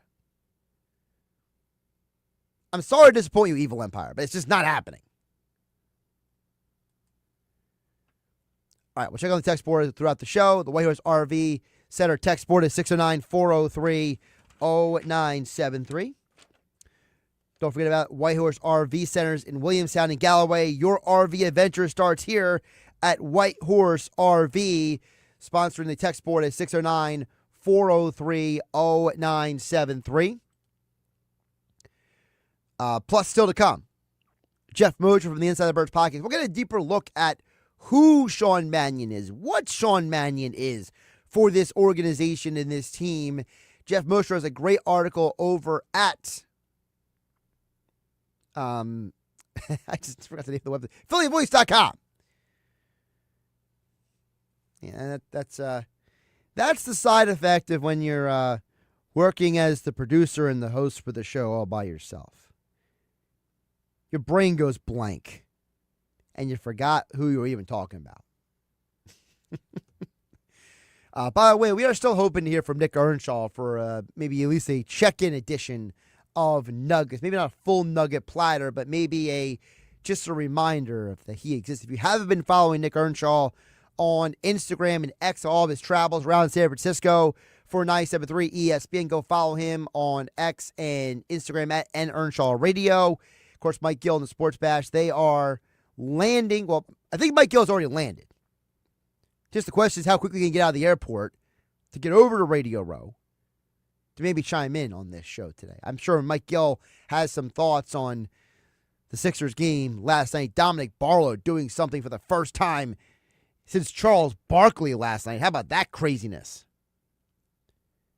I mean, of all the people who could have pulled off that stat line, and you told me it was Charles Barkley and Dominic Barlow, I would have guessed somebody would have done it somewhere along the way, but here we are. Josh Hennig, filling in for Mike Gill on the Sports Bash. Hanging out with you on a Tuesday on 973 ESPN FM, 973 ESPN mobile app powered by First Bank of Sea City. And, of course, we are streaming live on YouTube at 973 ESPN and on X at Josh Hennig. The unsportsmanlike moment of the day coming up next. Listen to Super Bowl 60. The Seahawks are going to Super Bowl 60. It's a rematch with the New England Patriots in Super Bowl 60 in Santa Clara. Sunday, February 8th, complete coverage of the big game is on Westwood One. Hi, everybody. I'm Scott Graham. Join Kevin Harlan, Kurt Warner, Laura Oakman, Gene Steratore, Ryan Harris, and me for all the action right here. Listen to Super Bowl 60 exclusively on 97.3 ESPN. Coverage begins at 5 p.m.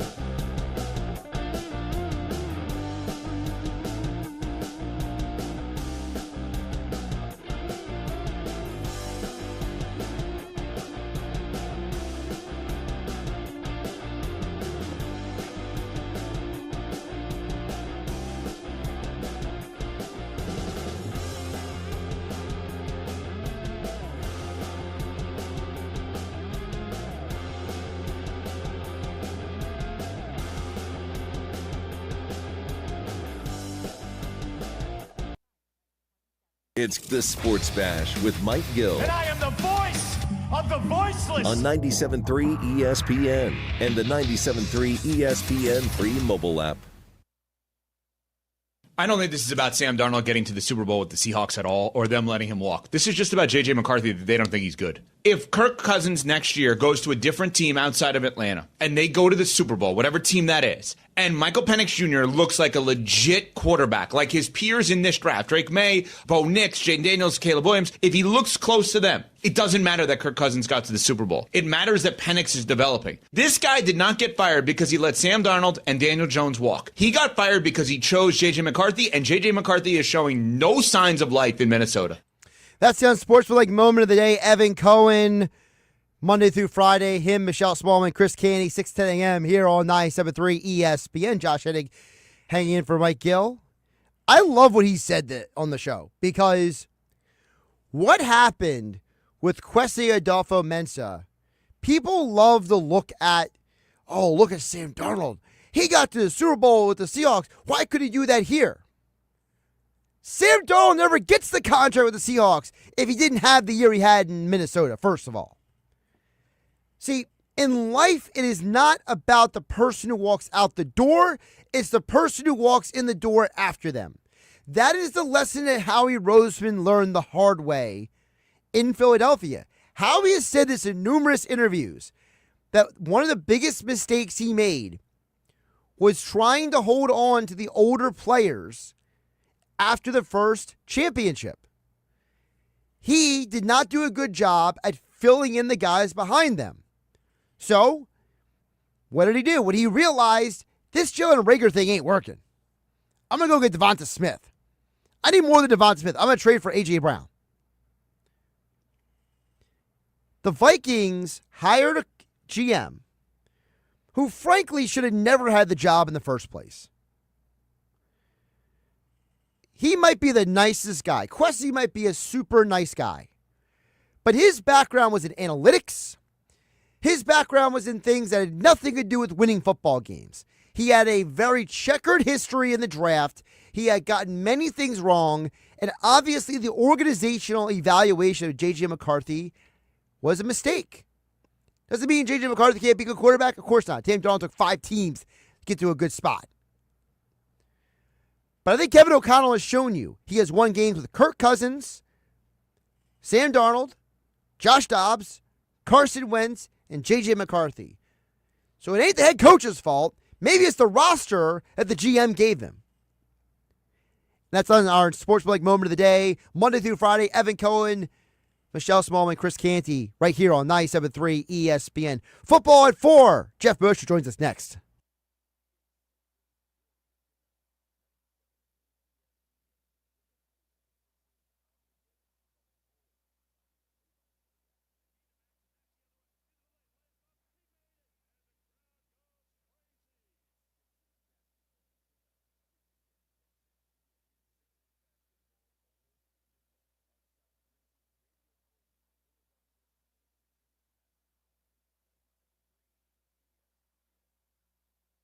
Shopping with your parents can be embarrassing. Why would they sell jeans with holes in them? I'm going to speak to the manager. Mom! That hoodie is giving. You should get it. YOLO. Thanks to the Chase mobile app, your kid can shop independently while you keep an eye on their spending. So you can go from... We can be twinsies. ...to... How was shopping? Saw you stayed on budget. Thanks, Mom. Freedom for kids, control for parents. That's family banking from Chase. Account subject to approval. Chase mobile app is available for select mobile devices. Message and data rates may apply.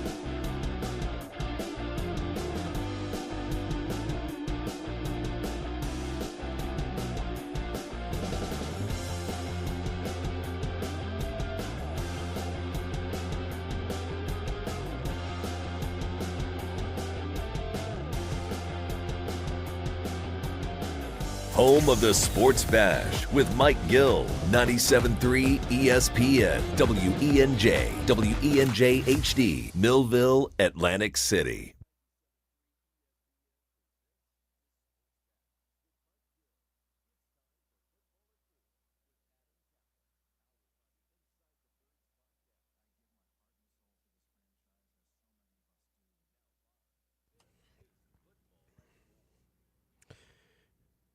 Well, it's not Adam Kaplan and it's not Mike Gill today. It's Josh Hennig filling in for Mike Gill here on the Sports Bash on 97.3 ESPN. Geoff Mosher pinch hitting for Kaplan today because Kaplan will be sitting in with Mike Gill at Radio Row at Super Bowl 60 Wednesday, Thursday, and Friday. We got to start having the conversation in the last hour. We're going to continue here about the who of the Eagles offensive coordinator. And at his latest article at phillyvoice.com, Geoff Mosher referenced this conversation that Sean Mannion had when he was hired to be the Packers quarterback coach 2 years ago. Let's take a listen about what Sean Mannion thinks he is bringing to the table as a coach. And then we'll get Jeff's insights for today's Football at 4, powered by the Inside the Birds podcast, brought to you by Ocean Casino Resort and the Fanatics Sportsbook. Go to Ocean, go to Fanatics Sportsbook, go for the win. For more information, visit oceanac.com. Here is new Eagles offensive coordinator Sean Mannion 2 years ago when he was introduced as the Packers quarterback coach. Blessed throughout my playing career, to get to play for a long time. I think that's an asset that I have in my arsenal to really supplement the quarterback room. And then, I was really lucky throughout my playing career to cross paths with a number of great coaches. And for me, as a player, I always knew that this would be the next step. So I was really attacking my playing career with this kind of in the back of my mind of soaking up as much knowledge as I could to weaponize it for now, this new role that I'm in here. And that audio is thanks to Jeff Skaversky's YouTube page via Geoff Mosher's article at phillyvoice.com. Jeff joins us right now here on the Sports Bash on 97.3 ESPN. Jeff, it's a very interesting word Mannion used a couple of years ago about weaponizing everything he has learned over the years. Yeah, I like it. I mean, that was a deliberate word choice. Most people will tell you that they're just learning and trying to soak up as much as information as possible and apply it. But I like how he used the word weaponize it. And I think it's pretty appropriate given that the foundations of the offenses that he's played under or coached under, they're not the same, but a lot of them are similar in how they are designed. And weaponizing is a good way to use the way you think of some of these coaches who he's coached or played for. And one of the things you highlight, and people can read the full article at phillyvoice.com of all the people that he has worked with over the years. But I think one of the interesting parts of the list that you put out there, Geoff, because again, it's been many different people that Mannion has kind of gleaned and gathered from basically over a decade, either playing or coaching in the NFL now. But I think two of the names that are interesting are the back-to-back names of the father and son duo, Gary and Clint Kubiak. Two guys who maybe don't get, looked at enough in this conversation, Geoff. I'm glad you highlighted them because you're talking about a guy in Gary Kubiak, a direct branch off of the Mike Shanahan tree. And then, of course, Clint, his son, is now got Sam Darnold and the Seahawks in Super Bowl 60. Yeah. I mean, you talk about a family of offensive minds who have accomplished a lot. Gary, as you mentioned, 3 Super Bowl rings, 2 as a coordinator, 1 as a coach. Clint might get 1 here on Sunday, which I expect that he will. And I can't imagine. I don't know how many, I suppose because of Mike and Kyle Shanahan, I was trying to think of how many quarterbacks or players were coached by a father and son combo. But, I don't know if anybody's in separate stints have done it. He was right with the Vikings when Kevin Stefanski was the offensive coordinator. That was his first year with the Vikings, and Gary Kubiak was the assistant head coach / something on offense. But and then he left for Seattle, didn't make the team, came back, and then all of a sudden Clint Kubiak is the offensive coordinator. So it was really interesting there with how he's been under both Kubiaks, who are not necessarily the same. I mean, I think that was one of the things that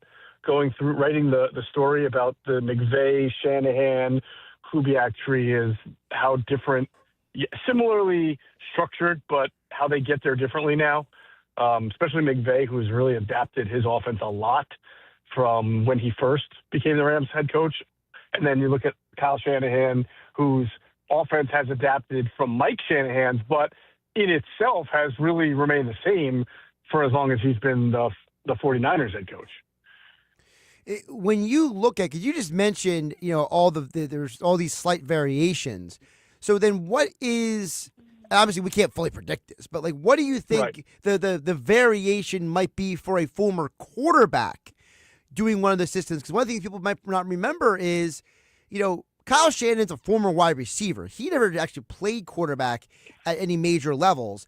Whereas a guy like Gary Kubiak was John Elway's backup as a quarterback. So is there maybe a, and I'm really spitballing here, but is there a more fluid connection between Gary Kubiak and a guy like Sean Mannion versus maybe some of the other coaches? Well, I mean, Kellen Moore was a quarterback. So if we're looking for that kind of reason if we're wondering with Sean Mannion what his impact as a quarterback will be on the offense, and you hear him talk, he's really big on, and this is something that, of course, not only Gary Kubiak and Clint and Shanahan, although really good offensive minds are all about, is your timing and your footwork, and then secondarily to that, from a play calling standpoint, making sure that there's the right kind of marriage between your run game and your pass game based on your timing and your footwork so that everything makes sense. So that when you're taking, say, your third step in a drop, that is exactly the same time that a receiver is making the correct break so that you can throw a ball in a window where that receiver is supposed to be, as opposed to waiting for him to get open. That's all supposed to have the right type of timing and rhythm to it. That is the tenet, right? The basic tenet of a Bill Walsh offense, or that Paul Brown and Bill Walsh that trickle down to Mike Holmgren, to Andy Reid, to Mike Shanahan, all the people that we speak of today that run some kind of variation of the West Coast offense. So I would say like that's really what you're looking for, that to be brought to the Eagles with Sean Mannion. But that's a kind of a wait and see, because as I mentioned in a different story, Kellen Moore came in here and tried to bring concepts to the offense that he didn't blend with what the Eagles were doing, but you hoped would, and didn't really in the end. And the Super Bowl kind of covered it up. But the pass offense was in decline outside of the breakout in the conference championship and Super Bowl. Talking with Geoff Mosher from the Inside the Birds podcast, InsideTheBirds.com, also PhillyVoice.com, his latest article about the influences of new Eagles offensive coordinator Sean Mannion. Geoff, we know that Mannion is very highly regarded by guys like Nick Foles, thinks he's extremely bright, and a lot of good things to say about him on his season podcast. But coming off of the Kevin Patullo 1 year era, what is a realistic expectation for a guy like Sean Mannion? Because, Geoff, you heard the comments. Many of us heard fans saying anyone's better than this guy Patullo. Well, Sean Mannion fits into the category of anyone.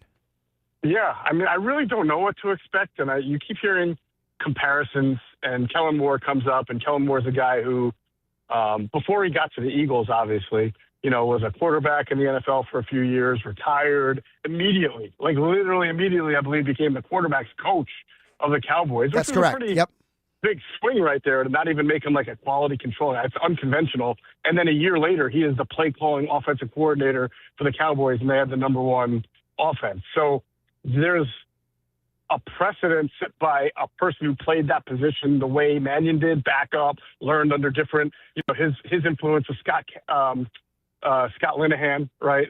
Different kind of offense, but he obviously clearly took what he learned and applied it immediately and had success. I actually wrote a story for Philly Voice today, Josh, that looked at the last 5 or 6 Eagles offensive play callers who did it for the first time and what level of success that they had. And it's a mixed bag. And very few of them, by the way, are like Mannion in that they just came straight from literally retiring as a player. It's just not a path you're ordinarily going to see. But we obviously know what happened to Patullo. Brian Johnson, in retrospect, there's two ways to look at it. He actually finished with a top 10 offense. And, if you go look at where the Eagles offense ranked under Brian Johnson, you would have said, man, if he was the play caller this year, they would have won the Super Bowl, even if he's not great, because he was, without even Saquon Barkley, able to produce a functional offense that did well in categories. But then you do look at the implosion, the 1-7 or 1-6 stretch there. They scored less than 20 points about 5 times in those 7 games. So they were clearly on a decline, and it's understandable. You go back to Doug Peterson. Doug Peterson never called plays until he became head coach of the Eagles, and he also didn't have a ton of coaching experience under Andy Reid as well. Quarterback coach, offensive coordinator who didn't call plays for a few years. Did a good job in year 1, but then really started to hit a decline.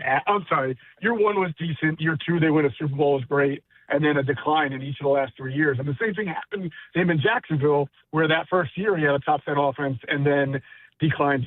So what it showed me was that Doug was not a bad, terrible play caller, but he was unable to counterpunch to the adjustments made to his success. Chip Kelly was a great play caller in college and had 2 top 5 offenses in his first 2 years with the Eagles, but he also inherited LaShawn McCoy, Deshaun Jackson, Jerry Maclin, Michael Vick, Nick Foles. So it was almost unfair to judge him. And if you actually go through his first year or two, man, did they get fat off some really bad teams scoring 40 and 50 points. There were a lot of 20 to 25-point games or lower in his first 2 years. And then, of course, we saw what he did in San Francisco and then this year as Las Vegas. So it's a mixed bag. The one thing I think I gleaned from it, Josh, is that some of these guys, like Andy Reid, first-time play caller after 17 years of coaching, gets hired by the Eagles, right? First-time play caller. First year, they had, I think, the 30th ranked offense because they didn't have that much offensive firepower. But then he emerged into one of the elite play callers in the league. How much will Sean Mannion be given an opportunity to go through maybe some first-year struggles that ordinarily you would expect from somebody and then be able to stick around if things go haywire next year? I think that's the big question. And clearly it got the best of Brian Johnson. He didn't get a chance to improve upon what was not a disastrous first year, just not a good one. So that's where you're left wondering about the future of the franchise. If 2026 isn't so good, what does that mean for Mannion? If I could backtrack something you brought up about Doug Peterson, I think one of the parts that gets overlooked at times as well with the Doug Peterson era was there were differences, Geoff, for the Eagles between when Doug had Frank Reich and when he didn't have Frank Reich. And it wasn't all bad without Frank, but there were some obvious things. So could we maybe look at the hiring of Josh Grizzard being maybe a bit to Sean Mannion what Frank Reich was to Doug Peterson? Yeah, and I don't want to discount. I know at ITB we might be considered having a little bit of a bias, but I think it's fair and deserved. But can't also discount John DeFilippo, his impact on the offense and the coaching of Carson Wentz those first 2 years, because when he left, along with Frank Reich leaving, that's when the offense really started to hit the skids. And we know that both Frank and DeFilippo, John, were involved in situational offense. One of them did third down, the other did red zone. I forget offhand which one was in charge of which, but the Eagles were very good situationally under Doug for the first 2 years there. So those were 2 big losses. And then so to relay that to this, with having Josh Grizzard, yeah, I think you're asking if it sort of helps to have that second experienced play caller / pass game coordinator in Mannion's back pocket. Yeah, having another guy in his ear. I think one of the problems, at least my perception, was, when you have a guy like Patullo, the most experienced guy on the staff was what, Scott Loeffler? Right. There was nobody there to be able to give a life preserver to Patullo. That is absolutely fair. Nick tried to help. He said it. He said, I was more involved with the offense, and the offense continued to stink. So that's all you need to know about that. I do think Grizzard will obviously be helpful. And what I think it means most, though, Josh, is the team's commitment to implementing a kind of offense that we haven't seen here, because obviously Grizzard coached under both Mike McDaniel and Liam Cohen. So you're talking about the Shanahan tree and the McVay tree. And we're sitting here talking about the same thing about Sean Mannion, who is from the quote-unquote Kubiak Shanahan tree and McVay tree, right? So to me, by bringing him in, you're not just giving him an experienced play caller / offensive mind, but someone who sees the game similarly and sees offensive concepts similarly to the way that Mannion does. So that's helpful when you're trying to put together an offense and put together your situational packages, your third down, your fourth down, your red zone, and everything. That these two guys are very likely to be on the same page because they have similar backgrounds and want to do similar things. I would say we've seen the results of this the other way, like when you have Sean Desai and Matt Patricia, two guys from two different backgrounds trying to come together and put a defense together that went to you-know-what, and then one had to take over the other, and they were unfamiliar with each other's schemes, and it was a total disaster. And I think that brings us to the other part of this conversation with Geoff Mosher from the Inside the Birds podcast, InsideTheBirds.com. Like, subscribe, download, wherever you get your podcasts, or subscribe to them on YouTube, which I do. Also at PhillyVoice.com, Geoff Mosher's latest article. With all the coaches that you listed, Mannion's been influenced by, and knowing some about Mannion as we do now, what do you think this ultimately means when it comes to communicating with the quarterback, Jalen Hurts? Because we have seen certain coaches, Geoff, they have been able, like Lincoln Riley at Oklahoma, Shane Steichen in 2022. Some of these coaches have really gotten some good things out of Jalen Hurts, while others not so much. Yeah, I think it's a good question. Also, I'm very interested to see if there are other moves on the Eagles' offensive staff to bring in more people that, I have no idea what will happen to Scott Loeffler. We'll see if he keeps the job or not, or maybe if there's like an assistant quarterbacks coach who's a little bit more from that tree where the timing and the anticipation throws are all within sync of the footwork that you're taught and the drops that you're taking.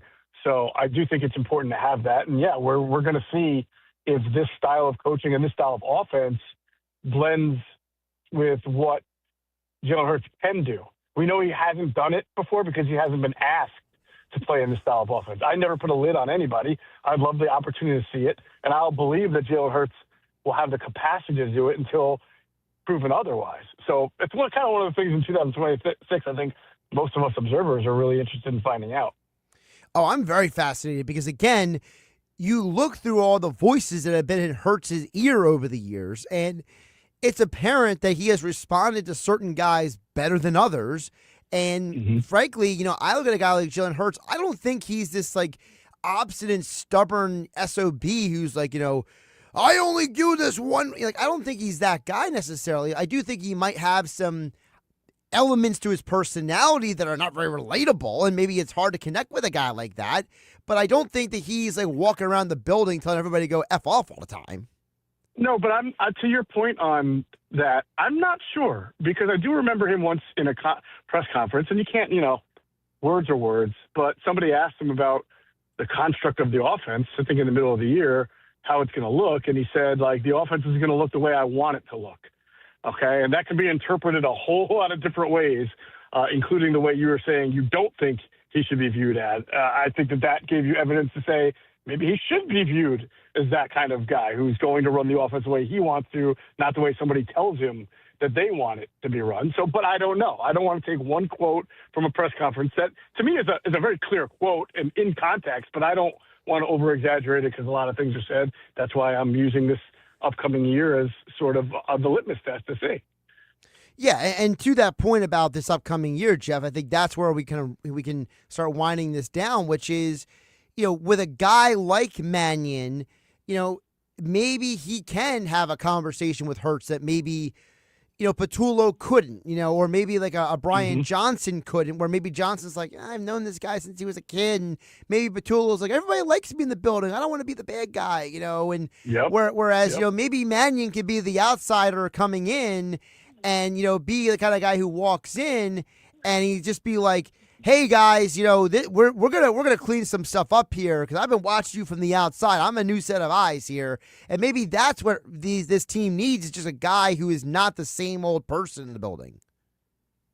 It's possible, Josh. It's possible that it's the right person in the right time too.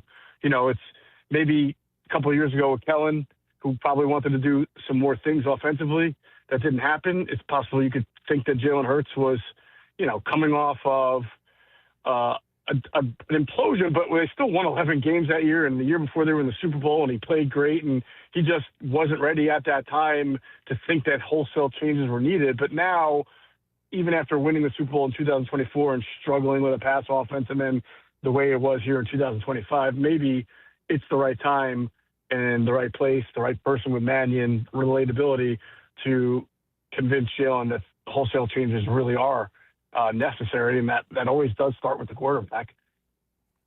Absolutely. He's Geoff Mosher. Got his full article of all the people who have influenced Sean Mannion, the Eagles' new offensive coordinator, over at phillyvoice.com. Also, make sure you subscribe to the Inside the Birds podcast, wherever you get your podcasts, as well as the YouTube channel. And tomorrow through Friday, Geoff, it'll be Adam Kaplan at Radio Row joining Mike Gill and the Sports Bash, correct? Sounds great. Yeah, I'm looking forward to hearing you guys. I'm, back here like you are, so I'm looking forward to hearing everything. Well, at least one of us is still back here with me, so. Together we fight. Together we fight on, onward and upward. Geoff, always appreciate you, man. All right, take care, Josh. Josh Hennig filling in for Mike Gill here on the Sports Bash on 97.3 ESPN. And, of course, every day, football at 4 here on 97.3 ESPN. Being brought to you by Ocean Casino Resort and the Fanatics Sportsbook. The place to be for the biggest game of the year this Sunday is Ocean Casino Resort. Go to the Fanatics Sportsbook. Go to Ocean. Go for the win. For more information, visit theoceanac.com. Coming up on the other side, we got texts to get to. I see a bunch of texts that have come in over the last 45 minutes. I see Angie in Tuckerton. I also see Paul in Millville. Your texts and more coming up on the other side. I am Josh Hennig. This is the Sports Bash. I'm filling in for Mike Gill as he should be arriving in San Francisco for Super Bowl 60 Radio Row. Any moment now, he will be on the ground in with the people. Plus, Nick Earnshaw will be joining us coming up at 5 o'clock for a special edition of Nick's Nuggets live from Super Bowl 60 Radio Row. Josh Hennig back here in the 97.3 ESPN Ocean Casino Resort Studios on 97.3 ESPN FM, the 97.3 ESPN mobile app powered by First Bank of Sea Isle. And we are streaming live on YouTube at 97.3 ESPN and on X at Josh Hennig. Listen to Super Bowl 60. The Seahawks are going to Super Bowl 60.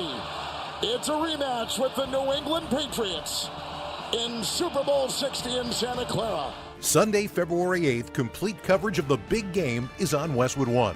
Hi, everybody. I'm Scott Graham. Join Kevin Harlan, Kurt Warner, Laura Oakman, Gene Steratore, Ryan Harris, and me for all the action right here. Listen to Super Bowl 60 exclusively on 97.3 ESPN. Coverage begins at 5 p.m.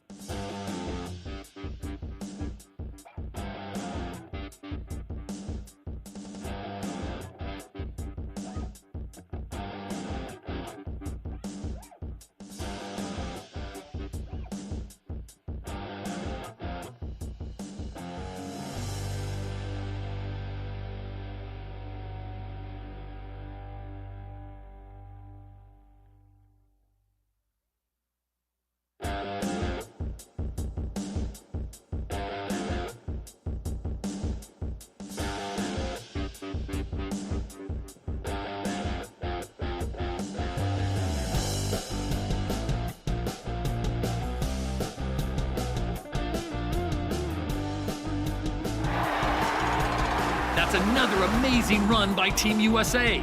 Mom, think I'll be on Team USA one day? Well, I'll take this one. Are you speaking to us? Yes, and to answer your question, anything's possible, especially with Xfinity. So, I can be the best snowboarder ever? Well, I can't guarantee that, but Xfinity can guarantee that your internet price won't change for 5 years. Okay. What if I practice every day? Then maybe you'll be snowboarding for Team USA at the next Olympic Winter Games. And Mom, you'll still be paying the same price for Wi-Fi. Ooh, really stuck the landing there. It's the Xfinity Gold Medal Celebration. Now through February 22nd, get our best price on gig Wi-Fi for 5 years guaranteed, just $50 a month. Plus, get Peacock Premium included for 2 years. That's a $10.99 value per month. Xfinity. Imagine that. Proud partner of Team USA. Restrictions apply. Requires paperless billing and auto pay with stored bank account. Taxes and fees extra. Actual speeds vary.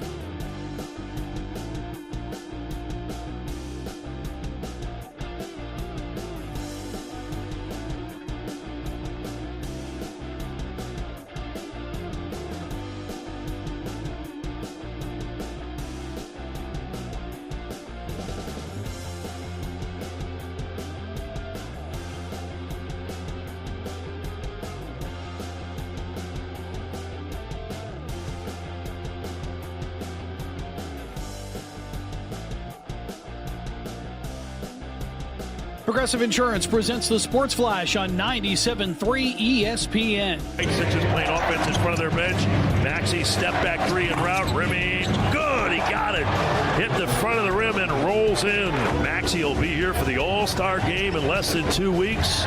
2 threes. Sixers take an 8-2 lead. Tom McGinnis with the call as the Sixers beat the LA Clippers Monday night 128-113. One of 7 3-pointers on the night for Tyrese Maxey. Finished with 29 points. Dominic Barlow had 26 to go along with 16 rebounds. Sixers are in San Francisco tonight to take on Golden State on a 4-game win streak. Warriors will be without guard Steph Curry, who's out with an ankle injury. The Flyers hosting the Washington Capitals tonight, looking to snap a 4-game losing skid after they fell Saturday in overtime to the LA Kings. Flyers have just 2 wins in their last 13 games, while Washington, they've won 3 straight. This will be the first meeting of the two teams this season. The Mid-Atlantic Conference Basketball Tournament will be remaining in Atlantic City through 2031. Both the men's and women's championships will take place at Boardwalk Hall. The sports update brought to you by Progressive. Bundle auto and home, renters or condo, and save with Progressive. I'm Tony Desiri, and that's your Sports Flash on 97.3 ESPN.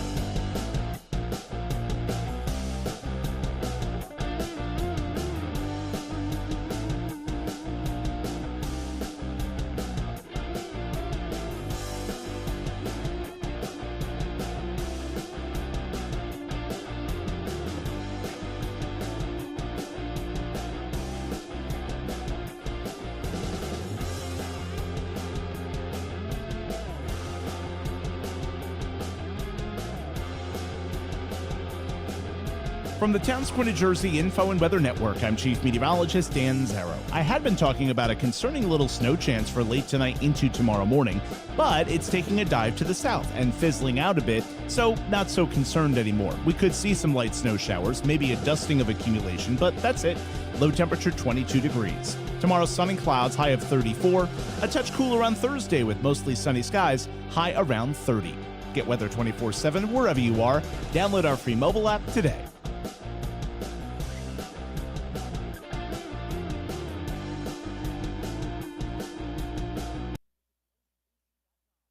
You're listening to the Sports Bash with Mike Gill. When I'm driving, I got a guy on the radio who talks to me. I can't see him, but he talks to me. On 97.3 ESPN. Josh Hennig here on 97.3 ESPN. Filling for Mike Gill on Tuesday. Mike Gill and the whole team. Nick Earnshaw, Scott Grayson. I know Billy Schweim and Alex Barraras are going to be down there. Super Bowl 60 Radio Row, just jam-packed, stacked with interviews and great segments. Wednesday, Thursday, and Friday, of course. You hear all of it right here on 97.3 ESPN FM, on the 97.3 ESPN mobile app powered by First Bank of Sea Isle. And we are streaming live on YouTube and X at 97.3 ESPN. As promised, I do want to get to the text board in just a moment here at 609-403-0967. 0973. And, of course, all text on the text board is being brought to you by Whitehorse RV Center in Williamstown and Galloway. Your RV adventure starts here at Whitehorse RV. The Whitehorse RV text board is open for you guys at 609-403-0973. We have spent the day, we opened the show talking about the Sixers and the Flyers, the 2 o'clock hour.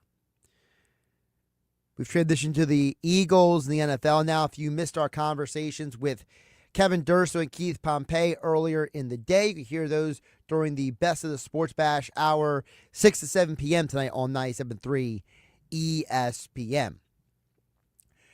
Right now, over on the text board, let's get into it. Angie in Tuckerton chimes in. She says, I don't understand why people have to take a swipe at the Eagles for what's essentially been a win for the organization and the team.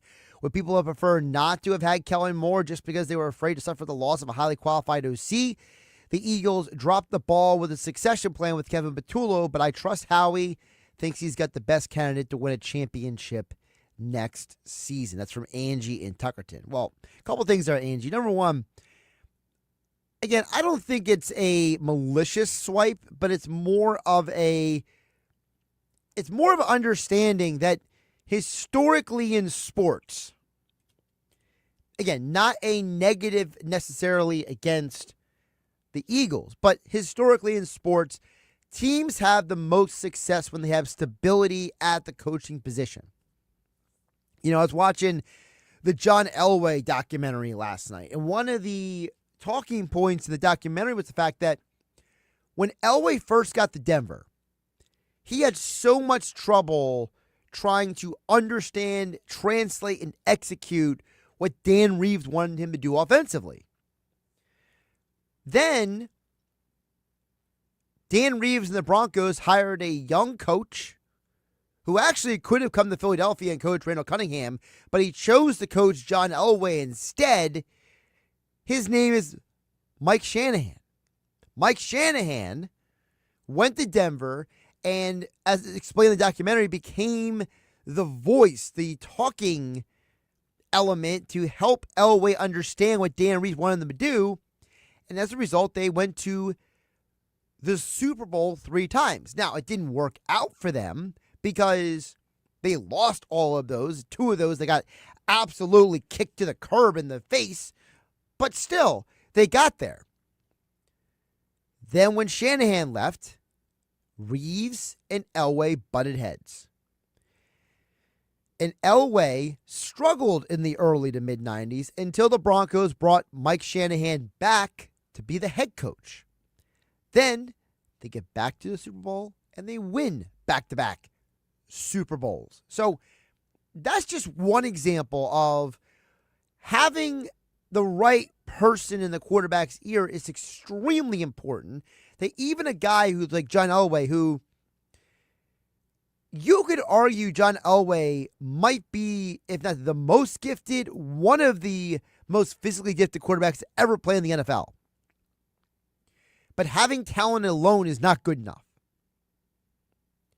So that's why someone like a Troy Aikman would, consciously or subconsciously throw a swipe at the Eagles because of their boom or bust nature of hiring offensive coordinators. Again, this was Troy Aikman was on the Rich Eisen show earlier today on 97.3 ESPN, and he was initially talking about the importance for Drake May having a guy like Josh McDaniel elevating him this year, and he made the analogy between where Drake May and other quarterbacks benefit versus an organization like the Eagles who don't have the opportunity so far to have stability at the OC position. And you're having the success like Jalen Hurts has had. Whenever he's had someone who's been good for him, that guy has left and become a head coach. And then when he's had someone who has not been good for him, that guy has lost his job. So that's why he's been through so many different offensive coordinators. And again, you heard Rich Eisen chuckle, scoff in the background because, the way Troy says it is just so blunt, right? Troy says it in a way where he's just like, hey, man, when Jillen's got a good coach, he's great. When he doesn't have a great coach, he has some issues. And, like, the way Troy says it is so matter of fact, but later in the same interview on the Rich Eisen show today on 97.3 ESPN, Aikman brought up, hey, I'm not in the Hall of Fame if Norv Turner isn't my coach. So it's more than just an analysis by Aikman. It's also hey, I can speak from experience why Drake May is doing well because he has Josh McDaniel. And the Eagles, well, they need to get their version of Josh McDaniel for a guy like Jalen Hurts. More text coming in on the Whitehorse RV text board at 609-403-0973. Paul from Millville chimes in and says, Josh, I went to Monday Night Raw in Philly last night. It was such a great atmosphere. It was a sold-out crowd. It was great to see our area still passionate about wrestling. However, it's sad to see there are no longer house shows in Atlantic City or WoW, which were very affordable for families. The main reason I'm texting, he says, is to get your thoughts on WWE. Having the Roman Reigns and CM Punk as the main event potentially at WrestleMania. They delivered a heck of a promo, but it seems like WWE keeps running it back like the Phillies with guys who have already been champions. That's from Paul and Millville. Well, first of all, a strong move by Paul and Millville to make the Phillies analogy, to which I think the WWE would say, like Rob Thompson would say, we're not running it back. We're 20% different. All right, so a couple of things there. One, I'm glad you brought the point about the house shows in Atlantic City and Wildwood. You know, the WWE, for those who don't remember, before COVID, seemingly came to Wildwood almost every year or every other year. And it was a huge attraction in the summer, and I got to go to one of those. And frankly, it was probably one of the coolest events I've ever been to, sports or entertainment, because the way the show was handled in a arena like the Wildwood Convention Center, it still had a big feel to it because of the way the WWE put it on. But then the performers themselves did an amazing job at not making the audience feel like they're at a lesser show. Like, there was never a point in time where Becky Lynch or Kevin Owens or any of the people who came out, there was never a moment, Jeff Hardy was there, the Uso brothers were there. There was never a moment that any of those WWE superstars made you feel like, I'm in Wildwood, who cares? So that was, to me, Paul and Millville, the beauty of those shows, which is you got, as you mentioned, for affordable price to go see the people that you see on TV. That's number one. Number two, I'm not surprised it's a good atmosphere in Philadelphia for wrestling because of the history in that city of wrestling, number one. From the ECW days with Paul Heyman, I thought it was hilarious, Paul Heyman bringing it up last night.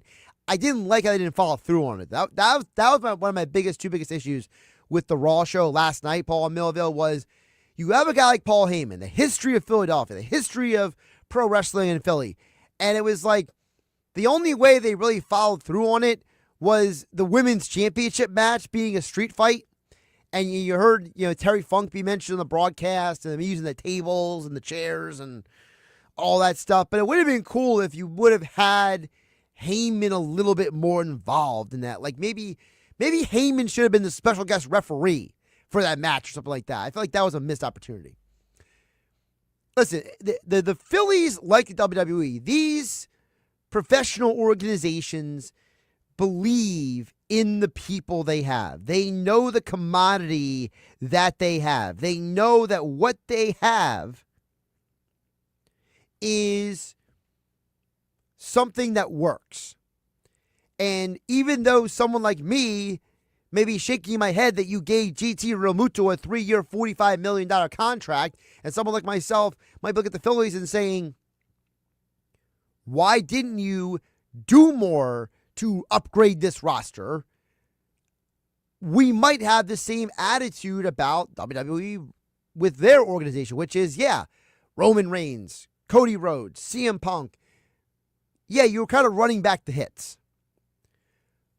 But I think you're running back the hits because you don't have any other hits to run with. See, one of the problems with the Phillies last year is that we were all exasperated. Well, not all of us. Most of us were exasperated with Nick Castellanos, but it's not like the options you had to play in his spot were like exceptionally better. Your choices in the outfield last year, not named Nick Castellanos, were Brandon Marsh, Max Kepler, Otto Kemp, Roman Quinn, who got sent down to the minor leagues. You traded for Harrison Bader, Weston Wilson, who was the guy that was going to make it work outside of those guys. Now, a guy like Paul and Millville and others, you could say about the Phillies, as you might say about the WWE, it's on them to develop the next guy, the next person, the next entity. And I think where the mix-up is that I think the WWE, Paul and Millville, doesn't look at it as we're running it back with Roman and CM Punk. I think in their mind, they're saying these are two hot commodities. We would be dumb to not run it back with them because they look at the face of the organization is not just CM Punk, Cody Rhodes, Roman Reigns. They also see it as the women's division. And I think that that's where, a sports entertainment entity like WWE is in a very, very different animal than other sports entities because of the fact that there is men and women who they're trying to promote. And I think that where the WWE is in a really bad spot right now is that they have someone who has the belt who just is not getting over with people.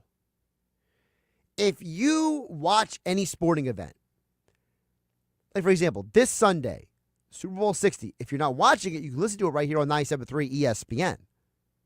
And on 97.3 ESPN mobile app powered by First Bank of Sea Isle City.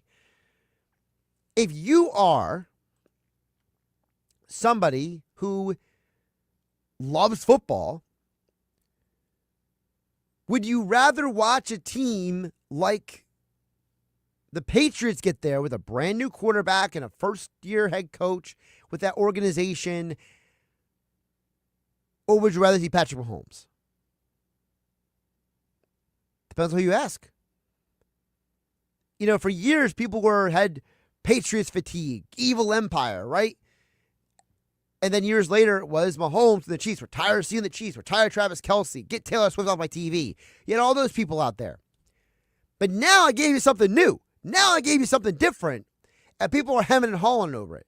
So, Paul Miller, that's the problem. If the WWE gives you something new and different, are you going to like it? Are you going to be on board? Are you going to embrace it? And that's always the conundrum for all of these sports entities. 609-403-0973 is the text board on the Whitehorse RV Center text line. I see Dan in EHT. I also see Steven Ventnor. We'll get to your text coming up on the other side. Don't forget Nick Earnshaw, a special edition of Nick's Nuggets live from Super Bowl 60 Radio Row coming up at 5 p.m. Eastern Time tonight. Also, don't forget we are streaming live on the 97.3 ESPN YouTube channel. I see comments coming in over there as well, so we will continue to hear what you guys have to say out there. Josh Hennig, filling in for Mike Gill, here on the Sports Bash, 97.3 ESPN FM, 97.3 ESPN mobile app powered by First Bank of Sea Isle.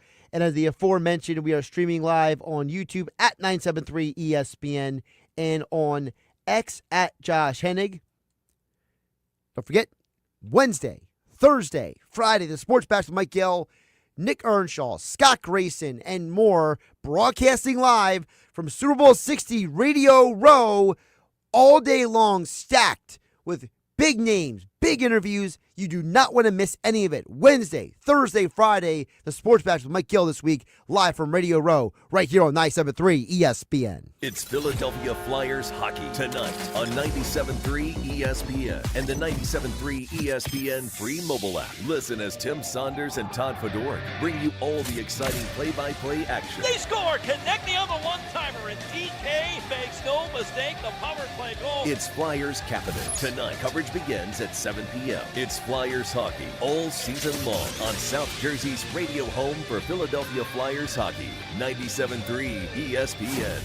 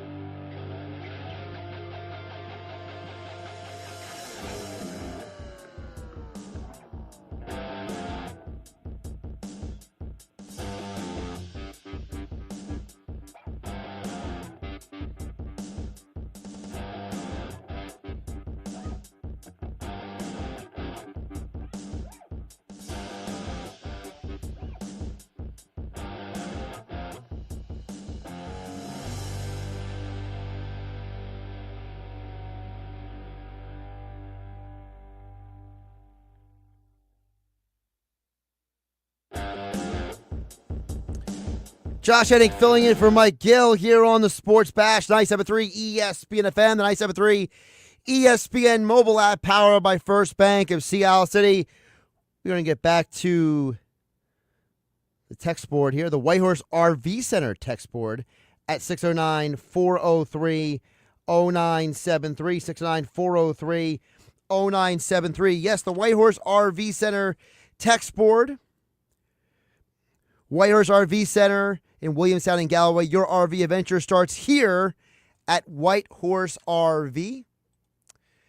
Got some more text coming in. Dan and EHT chiming in on the plethora of conversations we've been having at 609-403-0973. Following up on Geoff Mosher's points he was making earlier, Dan and EHT says Jalen Hurts is unconventional. He is him. That's why he's been successful regardless of who he's had as offensive coordinator. Face it, don't give the credit to Steichen and Moore. Well, Danny H.C., you might not like the fact we're giving the credit to Steichen and Moore, but the reality is that Steichen and Moore are the two most successful seasons that Jalen Hurts has had. Without Steichen and Moore, Hurts has not had as much success. So you might not like the fact that we're giving those guys credit, but the reality is that when Jalen Hurts has reached the Super Bowl, it has been with who? Shane Steichen and Kellen Moore. So it does matter. By the way, a follow-up point from Danny HC. He says the baseball experts are so wrong. The Phillies had maybe the best offseason in MLB. Wow, it's a big statement for you, Danny HC. Re-signing a top-5 catcher, re-signing an MVP candidate, Garcia over Cassie, much better bullpen. These re-signings could be recognized as free agent signings. Let's be honest, Dombrowski, for me, gets an A+. Well, I feel like, Danny HC, you're being much more positive about the Phillies than I am. I would not give Dombrowski an A+. I was a big fan of re-signing Schwarber. I felt like that was very important. He was really the only guy who consistently showed up for the most of the season last year. As I've said before, I just wouldn't have given JT Realmuto 3 years, $45 million. If you told me it was 1 year, $15 million, I would have been like, okay, well, you got him for one more year. The fact they haven't developed anybody to replace him is a huge problem. I'm a big fan of Garcia over Castellanos. I've been on the record for that. Yes, the bullpen is better, but I can't give him an A+. A+ is a little too aggressive there, buddy. But I appreciate you, Dan EHT, chiming in on the Whitehorse RV Center text board. By the way, coming up in about 8 minutes from now, Mike Gill in the Sports Bash is going to join us. Yes, Mike Gill is going to join the Sports Bash coming up in about 7 minutes from now. I thought it was going to be Nick Earnshaw, but apparently it's going to be Mike Gill. How about them apples? Mike Gill, he's landed. He's at Radio Row, and he'll join us coming up in about 7 minutes here on the Sports Bash on 97.3 ESPN. The irony of these conversations is that Steven Ventnor has an extremely different take than Dan at DHD on the Whitehorse RV Center text board. Steven Ventnor chimes in and says, Jalen Hurts is the issue. You need to keep A.J. Brown, trade Jalen Hurts for a first-round draft pick, and a new right tackle. Roll with McKee for a year. See what you got in him. And if not, you go with Sam Howell. All right, I got to stop you there, Steven Ventnor. That is a horrible strategy. And unless you're playing Madden on like the easiest mode possible, that is not a successful strategy. If you think that Jalen Hurts is more of the issue than A.J. Brown, Steve, you and I look at those two men very differently. Was Jalen Hurts part of the larger problem last year? Absolutely. But to say Jalen Hurts is the issue, I think is kind of ignorant. I think A.J. Brown was more of a part of the problem than Jalen Hurts. He quit on routes. He quit on his team at times. He was not part of the solution. I don't want that guy on this team unless he's fully committed to being a part of success and not being committed to his own feelings. Because frankly, anybody who uses book quotes as cover for mental health issues and then doesn't actually accept those quotes from the Bible and inner excellence as part of his life, nah, I ain't keeping that guy. Zero interest in a two-faced A.J. Brown. Mike Gill coming up next.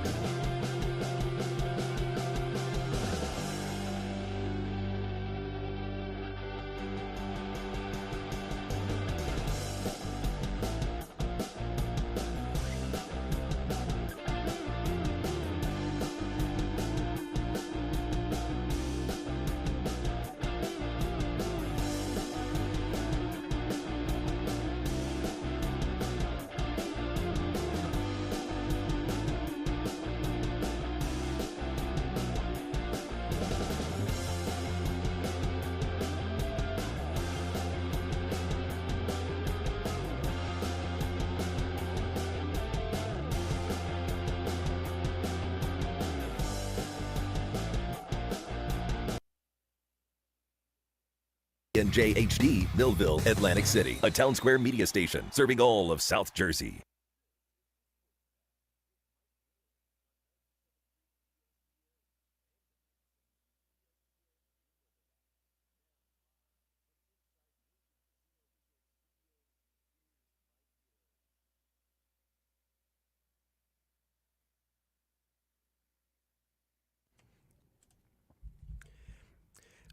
Josh Hennig here in the 97.3 ESPN studios.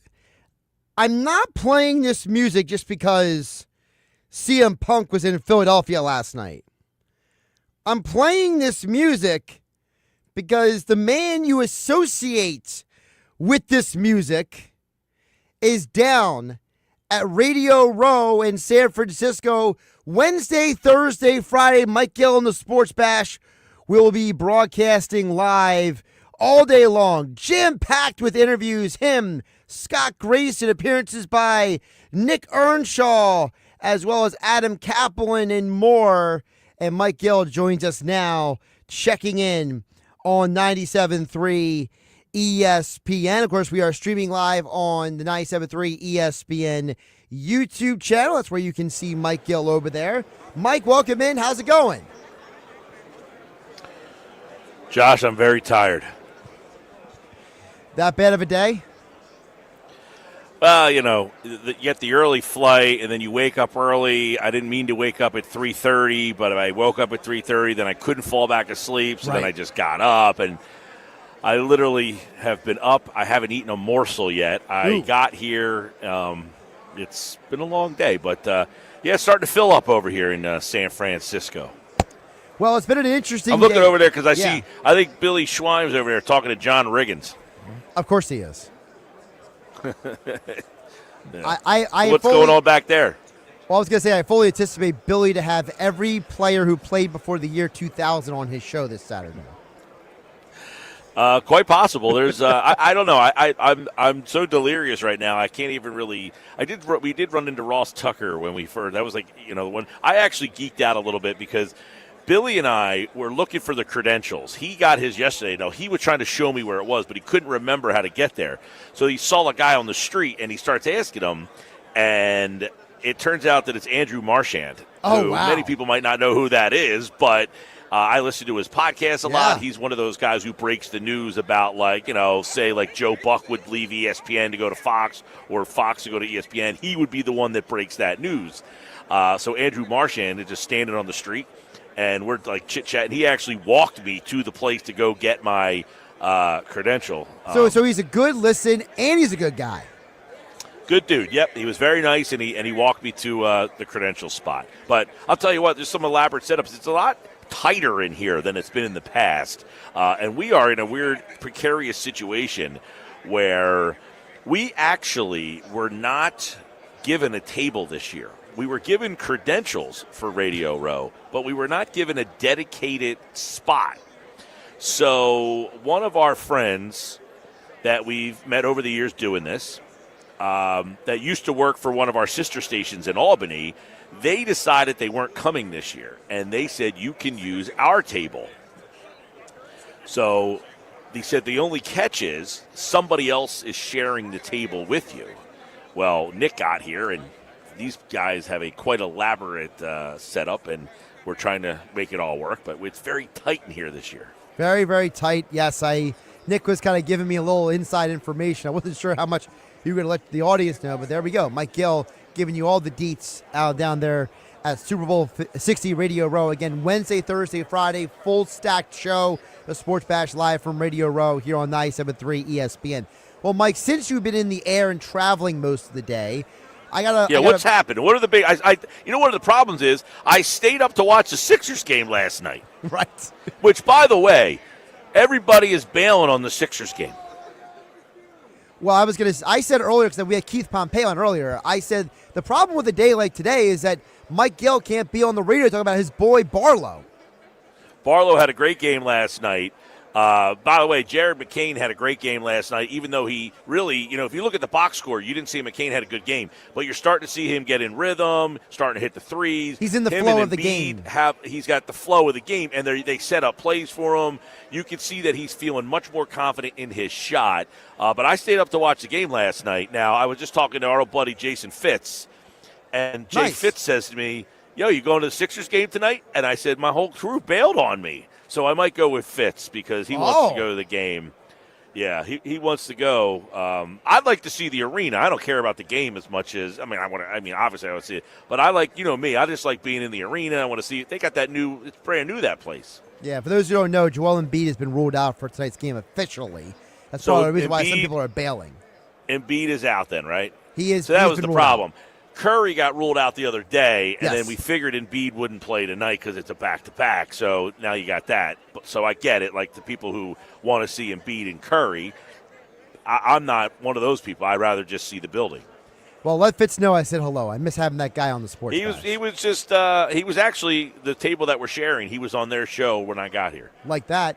All right. Yeah. So some of the things I've been gathering throughout the last 24 hours, been a very interesting day of different audio cuts. So first, I want to start with, I don't know, you're not a big Super Bowl media night, Mike, but former Eagle Milton Williams was on the dais, and he was asked about the comparison between Eagle fans and Patriots fans. I figure you might have a response to this from Milton Williams. I'll probably say New England is probably more passionate, but Philly fans, like, they don't care about that. They gonna do whatever. They gonna. It's like it's even, but like I feel like the Patriots fans, they don't want to get in trouble. Philly fans, they don't care about that. They don't care if they go to jail and do whatever. Someone a little classier.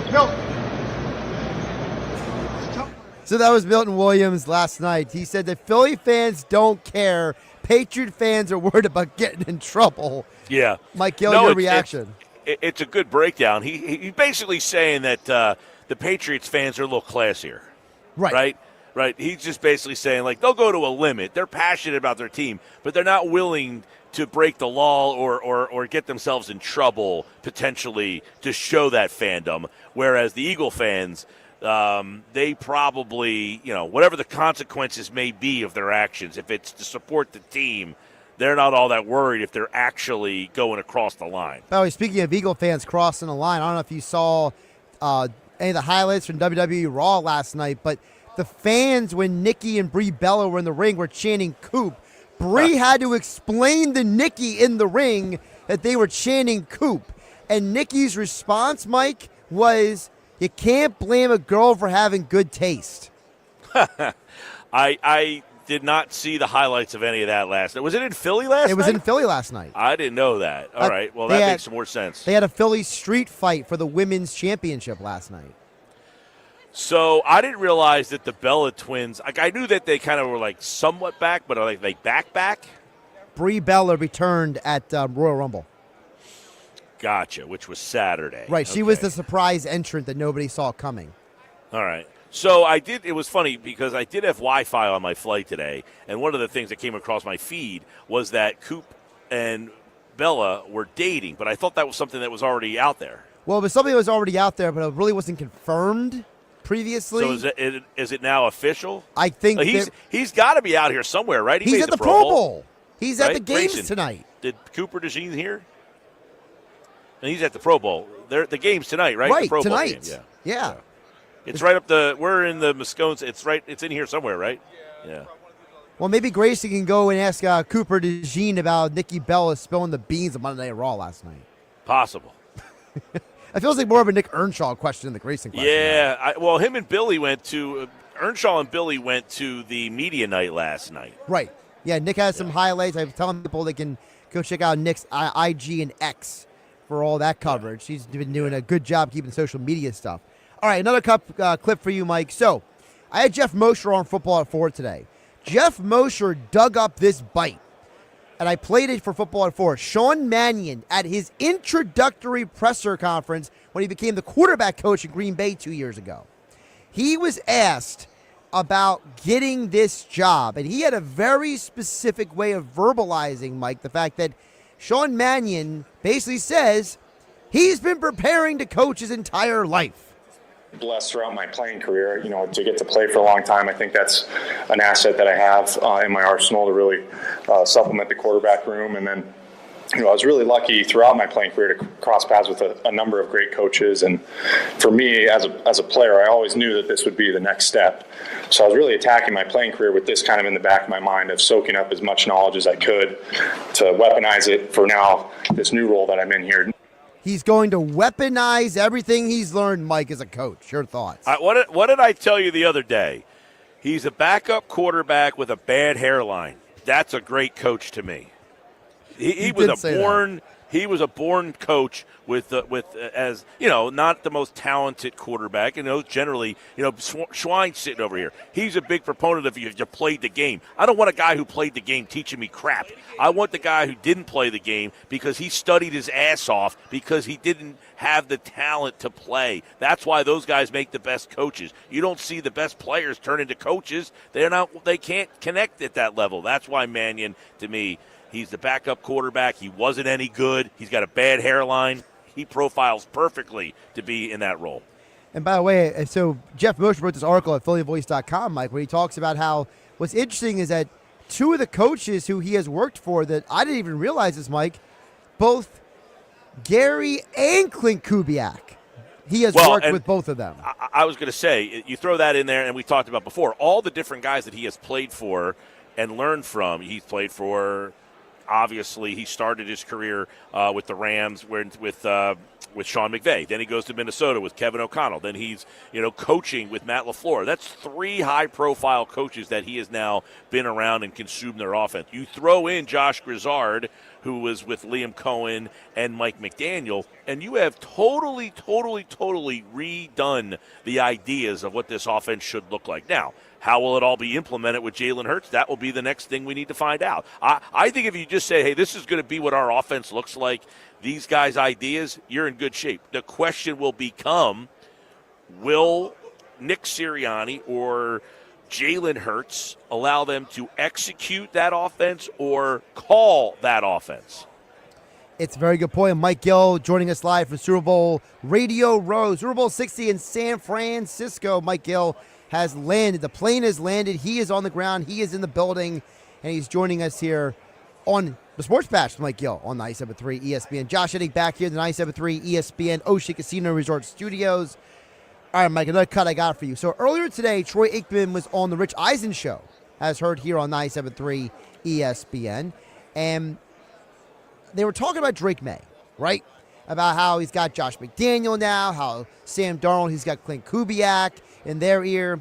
And Aikman decided to use the Eagles quarterback as an example of why it's important that a guy like Drake May has Josh McDaniel, a guy like Sam Darnold has a guy like Clint Kubiak. This is Troy Aikman earlier today on the Rich Eisen Show. And you're having the success like Jalen Hurts has had. Whenever he's had someone who's been good for him, that guy has left and become a head coach. And then when he's had someone who has not been good for him, that guy has lost his job. So that's why he's been through so many different offensive coordinators. Your reaction to the Hall of Famer, Aikman? Well, we were talking about this with Sal Pal on Friday when Sal Palantonio came on and said, how many other quarterbacks have had to go through this, right? He said that Peyton Manning wouldn't put up with this, and Tom Brady wouldn't put up with this, and Patrick Mahomes won't put up with this, so why does Jalen Hurts have to put up with this? Is it him that's getting these guys fired, or is it – that's the chicken or the egg thing here. Is it him that's getting these guys fired, or are they not good at their job? And I don't know that we'll ever truly get the answers to those questions, but we do know this. When he's had a good coach, they're good enough to win the Super Bowl, and those guys get head coaching jobs. And when he hasn't, it's not that the team stinks. It's that it's not what – you don't hit the ceiling for whatever. They didn't hit the ceiling this year. That's what it comes down to, right? Absolutely. And I would also say that if he's getting people hired, he's also getting other people hired. So it's a catch-22, right? It's, hey, he got Shane Steichen, Kellen Moore hired for head coaching jobs, but he also got Brian Johnson and Kevin Patullo fired. So, talk about a pendulum swing. and we're not talking about a Trent Dilfer situation here. No. We're not talking about a situation where you have a guy who's just managing the game. Jalen Hurts was the MVP of the Super Bowl. He also was every bit as good. I don't want to say he outplayed or didn't outplay. They lost the game. But you can't say they lost the game because Jalen Hurts didn't play well in the game against Kansas City. Exactly. So he is one of the more unique, polarizing discussions always when it comes down to, hey, you have this guy who has won a Super Bowl, so he proved that he can. I mean, you say, I have a guy who will message or text in and say, you can't win the Super Bowl with Jalen Hurts. Well, I've already seen that you can, so you can't tell me you can't. Well, then it goes to you move the goalpost. Well, they can't do it again, right? And that goes down that road. Well, I don't know that they could do it again, but they've already proven they can. Exactly. I would also say really quick, though, that, when it comes to the Hurts stuff, and we talk about this with Mosher on Football at 4 about the fact that, is it really a coincidence that only 3 people have basically had success with the guy? So it's not like he can't have success. Maybe he just needs a certain type of communicator to win him. Hey, listen, you're not going to win the Super Bowl every year. That's another problem. It's like if they don't win the Super Bowl, all of a sudden we're like, well, it was his fault, and he failed, and he failed. Sometimes you win 11 games and you get knocked out. I mean, that's life in the NFL. How spoiled are we that you win the division back-to-back years, you win 11 games, and you're looking for someone to fire for that? But that's what has happened here in Philadelphia, which, hey, I'm all for it. The fact that the team has gotten to a point where you win a division and you lose a playoff game, and we're looking at that as a failure. There's a lot of organizations that would have a season like the Eagles did and say, man, this is a great year. And listen, the 2 times that Jalen and the team has, quote-unquote, failed, they made the playoffs both years. So it's you're damned if you do, you're damned if you don't, that you set that standard for yourself. I have been alerted. And they set part of the standard being set is by Jalen himself. He has now become a victim of his own success here, that he's won the Super Bowl, and then if he doesn't, people are looking for reasons to say, you're the problem. So I've been alerted that the original guest for this segment has made his way back over to the table. Nick Earnshaw joining us live on 97.3 ESPN. If you've not been following Earnshaw on his social media down at Radio Row. Now, Nick, before we get to anything, Mike Gill and I already have come up with an assignment for you, okay? Oh, what's my assignment? I got an assignment to do? Yeah, so are you, from what Mike Gill says, you are not going to go to the Sixers game tonight. I don't know what I'm going to do yet. I have a couple of opportunities to go either to the media party, the Sixers. I don't know. I want to go to the Sixers game. I want to see a new stadium. Well, the reason why I bring it up is because the Pro Bowl games are tonight. They are. Cooper DeJean is over there. I don't know if you saw Monday Night Raw last night. Nikki Bella spilled the beans that her and Cooper together because for those who didn't see the whole thing, basically they were chanting Coop when Nikki Bella was in the ring. Nikki thought they were booing. Bree, her sister, had to explain to her that they were saying Coop, to which Nikki said, you can't blame a girl for having good taste. Yeah, that's a confirmation right there. They've hung out. There's photos. She was in the locker. The whole thing. So is my assignment to go over there and kind of find all this out? Is that what I'm being told here? I would love to see Nick Earnshaw asking Cooper DeJean about Nikki Bella spilling the beans. Oh, listen, if you need me to go over there, you know me. You give me an assignment, I'll usually go do it for the most part. For the most part. Well, I think this is not that. I don't think this is that unreasonable unless you just don't have access. That's all. I don't know what it's a flag football game, right? Yeah, it's like a flag football game. So is there media availability after the game, which I have less than zero interest in seeing. You couldn't, if you said here's $500 to go watch the Pro Bowl tonight, I would say keep the $500. I mean, listen. That's where all-star games are at now. You get 2 tickets, you get 3 more on your dashboard if someone left them, right? That's essentially where they're for 2 reasons. 1, I don't have any interest in a flag football game. No. 2, I've been up since 3 o'clock in the morning. Yeah, you need to get to bed at some point. You get a nap in. I could just use a pretzel, something. A morsel would be nice. Now, I'm what happened to my man Jalen at? Where did he go? Now, the reason I was behind here on the Nuggets, and that's why I'm just joining now, is I went and found our buddy Alex Berardis, Licks. We got him all squared away. And while we were wandering around, we saw a former Eagle legend. He was getting his credentials, too. Yeah. Might be seeing him around here soon. Little B-Dawk Weapon X. Wow. Walking around down here. So who got the credential first, Licks or B-Dawk? B-Dawk. I think B-Dawk got it first. All right. Yeah, On my flight, by the way, was one Adam Kaplan and Greg Ah. Cosell. That's How correct. about that? Yeah. Inside the birds. Adam Kaplan actually texted me, Mike, and said the one and only Mike Gill is on my flight. How about it? The one and only. Yeah. He got an end seat. I got stuck in the middle. Steelers wheels stuck in the middle with you there, Schwein. Schwein can't hear you. Of course he can.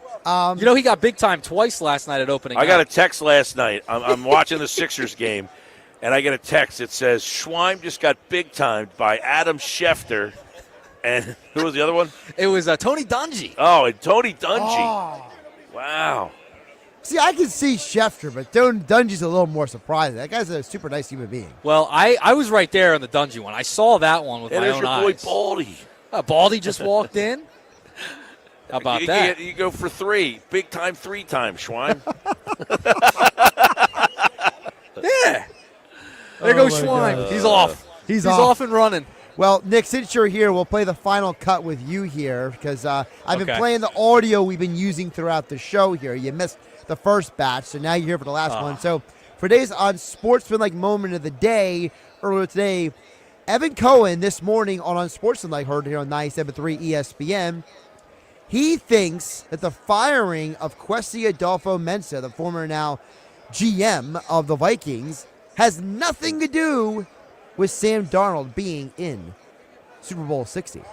I don't think this is about Sam Darnold getting to the Super Bowl with the Seahawks at all or them letting him walk. This is just about J.J. McCarthy that they don't think he's good. If Kirk Cousins next year goes to a different team outside of Atlanta and they go to the Super Bowl, whatever team that is, and Michael Penix Jr. looks like a legit quarterback, like his peers in this draft, Drake May, Bo Nix, Jaden Daniels, Caleb Williams, if he looks close to them, it doesn't matter that Kirk Cousins got to the Super Bowl. It matters that Penix is developing. This guy did not get fired because he let Sam Darnold and Daniel Jones walk. He got fired because he chose J.J. McCarthy, and J.J. McCarthy is showing no signs of life in Minnesota.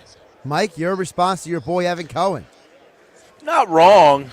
I mean, I would imagine if you make the decision, the coaching staff, Kevin O'Connell, has to be on board with, hey, man, don't go out of your way to bring back Sam Darnold. I'm on board with that. Don't you think?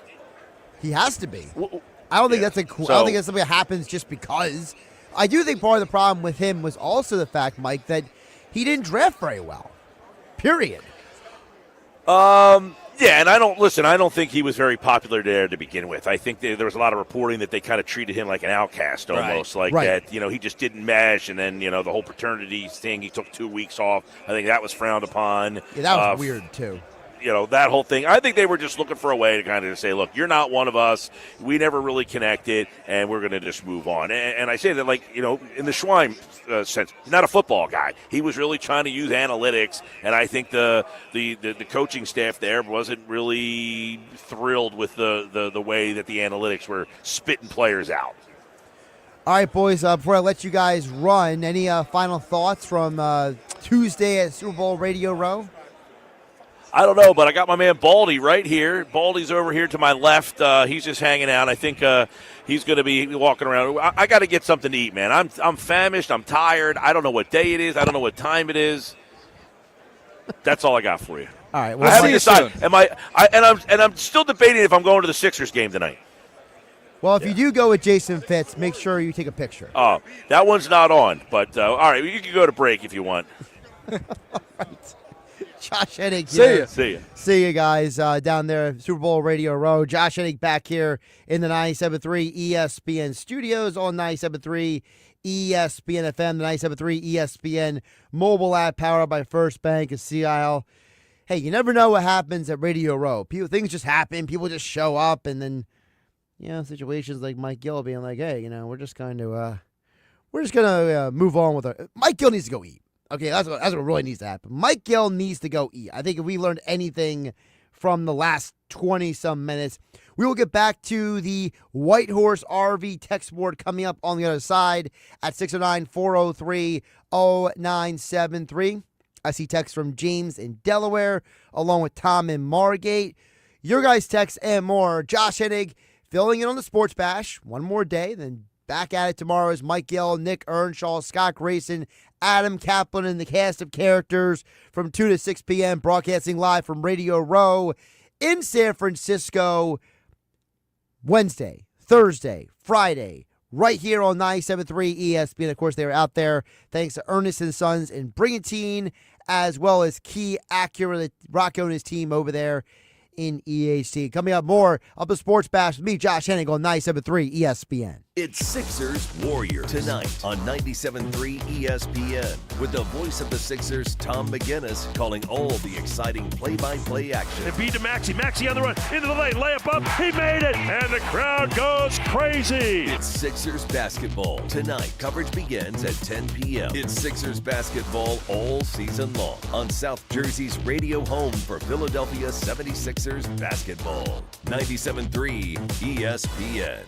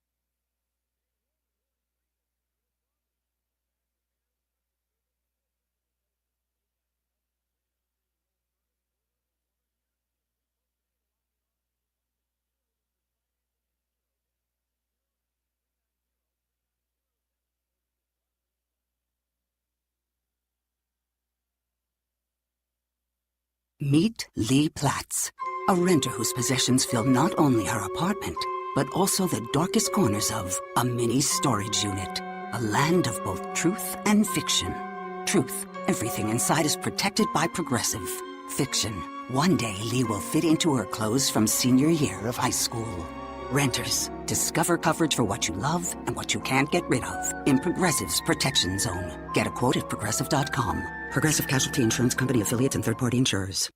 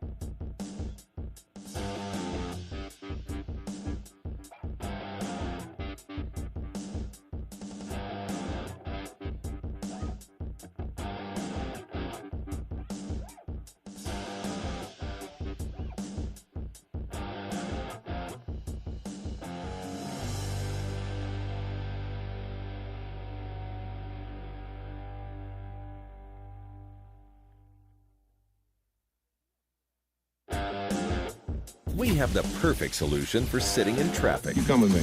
The Sports Bash with Mike Gill on 97.3 ESPN and the 97.3 ESPN free mobile app.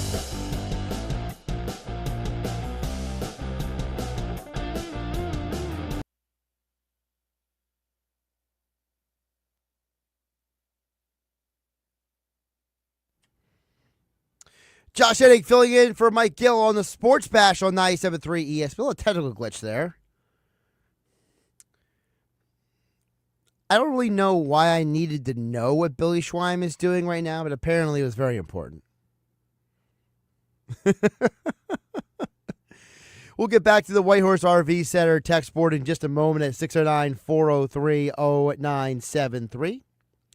By the way, if you missed my conversations with Keith Pompey, Sixers insider for the Philadelphia Inquirer, 97.3 ESPN.com Flyers insider Kevin Durso, or Geoff from the Inside the Birds podcast and Philly Voice, you can go and listen to it coming up next from 6 to 7 p.m., the Best of the Sports Bash, or you can jump on the 97.3 ESPN YouTube channel or on my X platform at Josh Hennig to hear everything you have missed throughout the show today here on the Sports Bash. Me, Josh Hennig, filling in for Mike Gill on 97.3 ESPN. Don't forget the text board is brought to you by my friends over at White Horse RV Center in Williamstown and Galloway. Your RV adventure starts here at White Horse RV. All right, back to the text board as promised. We got lots of people chiming in on the text board, 609-403-0973. Start with James in Delaware. He says, Jalen's numbers have stayed pretty consistent minus the tush-push touchdowns and the turnovers fluctuating, but the defense is only giving up 31 points in the Super Bowl to Kansas City. He said, you forget about the fumble return for a touchdown. Says James in Delaware, the only way to keep offensive coordinator for more than 1 year is to hire a head coach who could also call plays. Well, James Delaware, that's not true, first of all. I'll use the second part. Wait. Why do we assume that that's the only way to keep a guy is to hire a head coach? You know, there's a lot of teams around the NFL, James in Delaware, that have head coaches who don't call plays, who don't lose their coordinators all the time. You want me to name them? I mean, Mike Tomlin never called plays for, 20 years at Pittsburgh? John Harbaugh, former Ravens, now with the Giants? Listen, Dan Campbell didn't call plays until this year. When he had competent offensive coordinator like Ben Johnson, he didn't worry about the offense. This year he had to take over play calling. Didn't go so well. Fired the offensive coordinator, hired a new one. Why do we think it's a requirement to have a head coach who calls offensive plays? You know, the Super Bowl this Sunday has two head coaches who what? Do not call offensive plays, James in Delaware. Come on, man. You're better than that, James in Delaware. Now, to your other point. The fumble return in the first matchup with the Chiefs. I think that game's a little complicated because, one, if you're going to hold the one fumble against Jalen Hurts in that game, then that's very, very short-sighted of you. Because if it wasn't for the false start by Seumalo in the previous play, that fumble may never have occurred, number one. Number two, to me, the biggest reason why the Eagles lost that game was because John Gannon's defense completely choked and failed. That entire season, it was proven again and again and again. John Gannon was a bad in-game counterpoint adjustment coach. His entire career in Philadelphia, he was never, ever good at pivoting in-game. And he was going against a guy in Andy Reid, who is one of the best in the NFL at play calling. So, the fact that you want to focus on Jalen's fumble that returned for a touchdown and not focus more on John Gannon's defense choking away the game, James in Delaware probably tells me you have a bias against Jalen Hurts. And listen, I'm not vacating Jalen Hurts' responsibilities. I was critical of him at times this year. I was critical of him at times in 2023. I was critical of him at times in 2021. But I can also admit that when Jalen has had competent offensive coordinators, Kellen Moore, Shane Steichen, and then college, Lincoln Riley, why are those the only three men to ever get something good out of Jalen? Is that Jalen, or is it the coaches, or is it both? Tom from Margate chimes in on the Whitehorse RV Center text board at 609-403-0973. Says, hey, I want to compliment Josh on great insight he made this past weekend. Josh explained why Jalen Hurts was not embraced by many Philly fans. He is not an engaging personality. Quarterbacks like Peyton Manning and Dak Prescott, etc., are warm and cuddly compared to Jalen Hurts, says Tom in Margate. Yeah, I think I mentioned this earlier this weekend, and thanks, Tom from Margate, for listening on the weekend and then chiming in today here on the Sports Bash on 97.3 ESPN. Tom from Margate, part of the reason why I brought that up is because I think relatability has a lot to do with likability.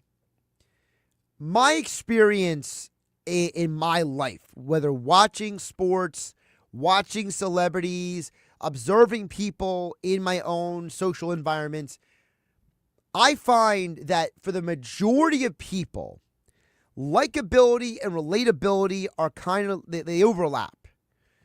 Very rarely do people like or drawn to somebody who is not also relatable on some level.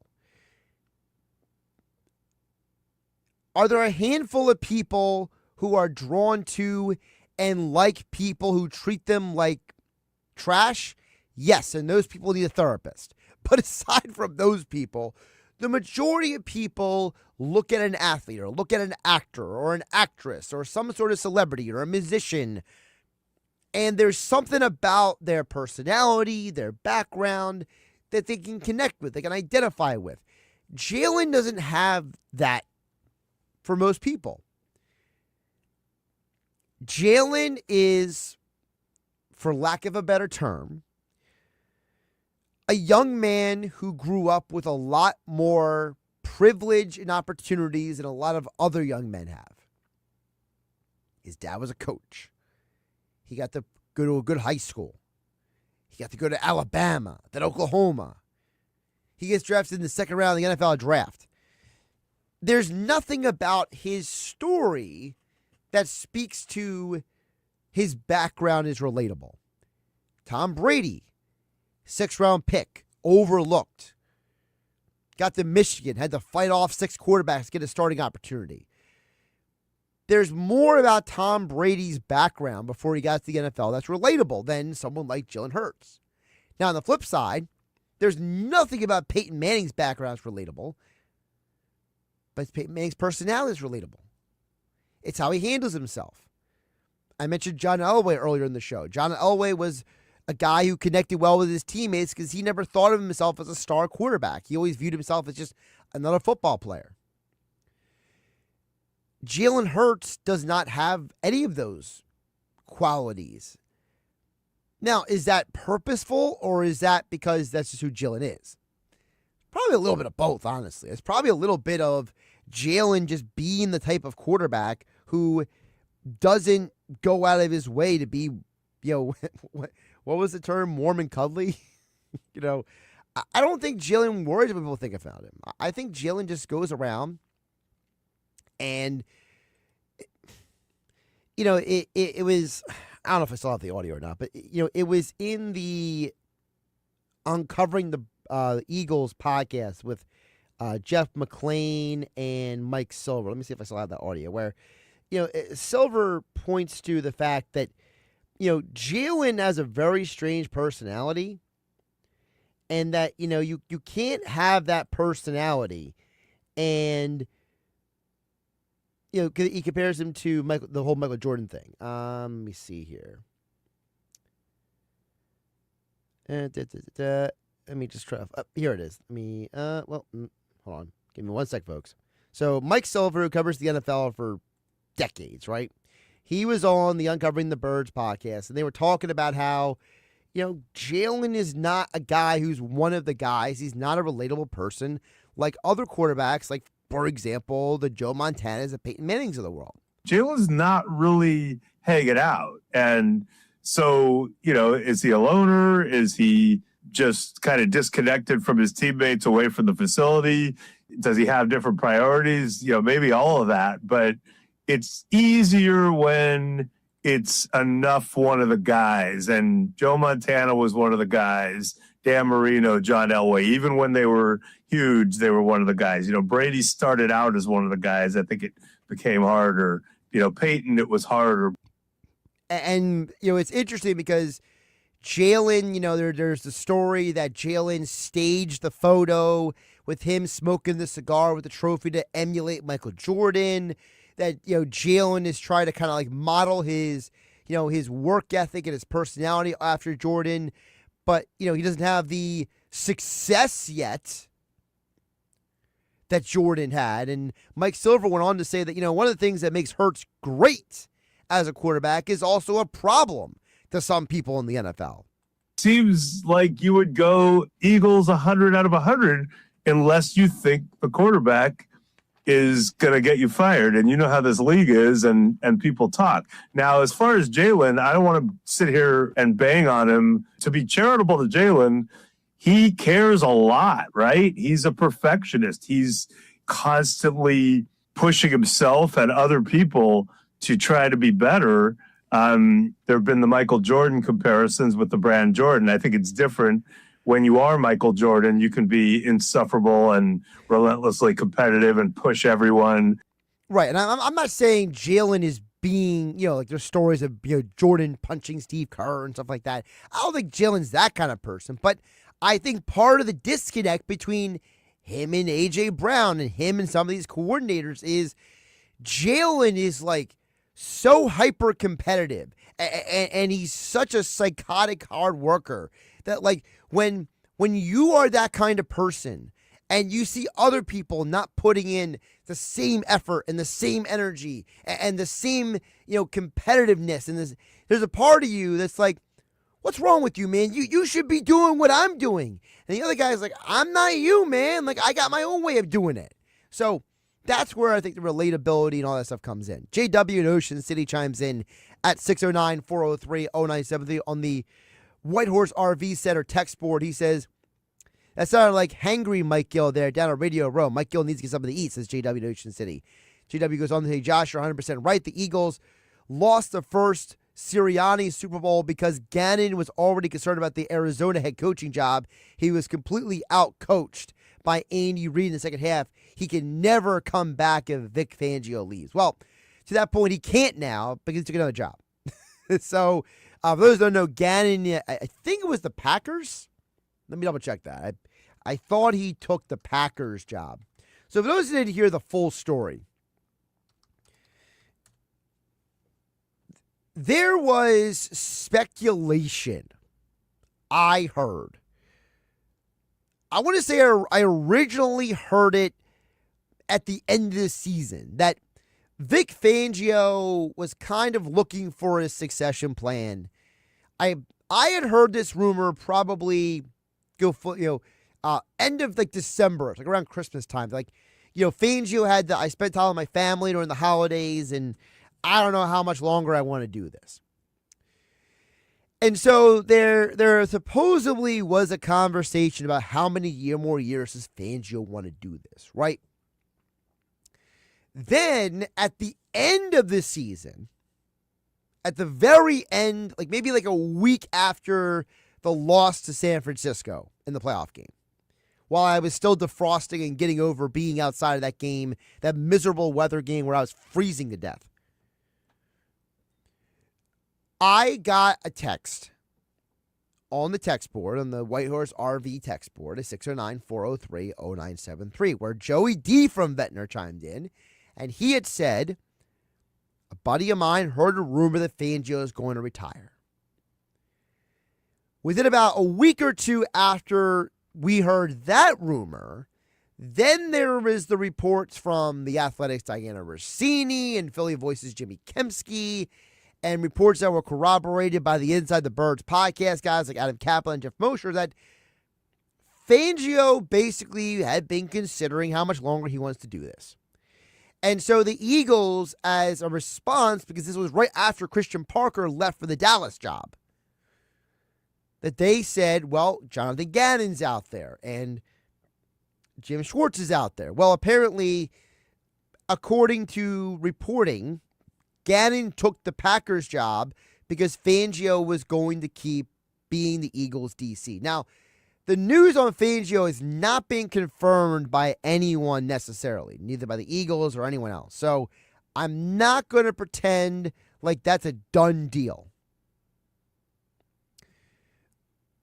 But it seems to be trending in that direction, especially considering that the Browns are trying to rectify things with Jim Schwartz. That's what I know. That's what I confirm. And yes, Jonathan Gannon is the new Packers defensive coordinator. So I'm sure all Eagle fans hope that Eagles and Packers will play in the postseason next year. Oh, my goodness. Insider Joey D. Inventor. Joey D., you're the best. Appreciate you, brother. All right.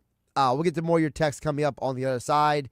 The Whitehorse RV text board is 609-403-0973. Josh Hennig filling for Mike Gill on the Sports Bash. We'll wrap up the show coming up on the other side. And don't forget, Wednesday, Thursday, Friday, the Sports Bash with Mike Gill broadcasting live from Super Bowl 60 Radio Row in San Francisco with jam-packed schedule of guests. Again, Wednesday, Thursday, Friday, Sports Bash with Mike Gill here from Radio Row on 97.3 ESPN.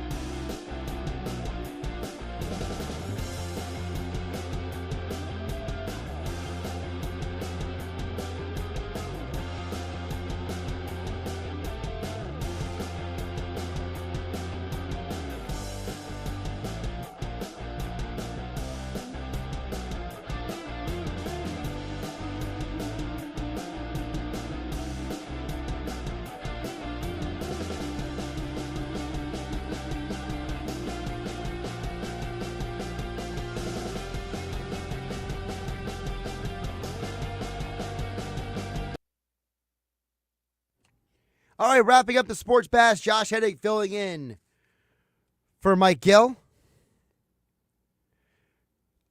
Got a couple more texts to get to before we get out of here at 609-403-0973. Again, thanks to Mike Gill and Nick Earnshaw for checking in live from Super Bowl Radio Row.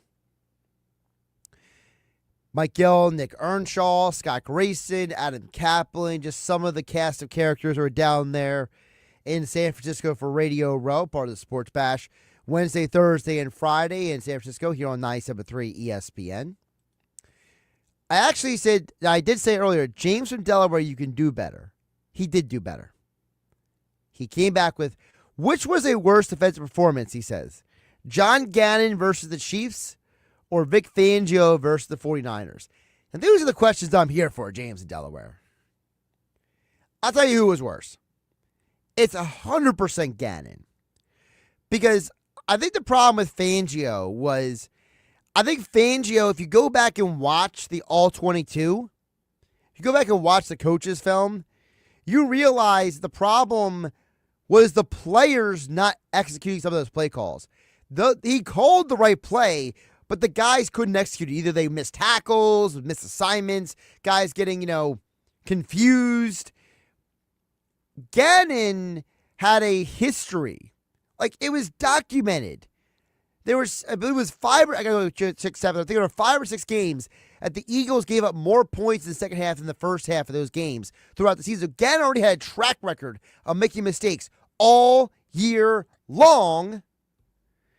And then in the biggest game of the year, he choked. Maybe that's the real reason why Fangio was like, I don't want to do this job anymore. I just lost to the 49ers. I'm kidding. Thanks, everybody, for watching on YouTube and X. Have a great night, everybody.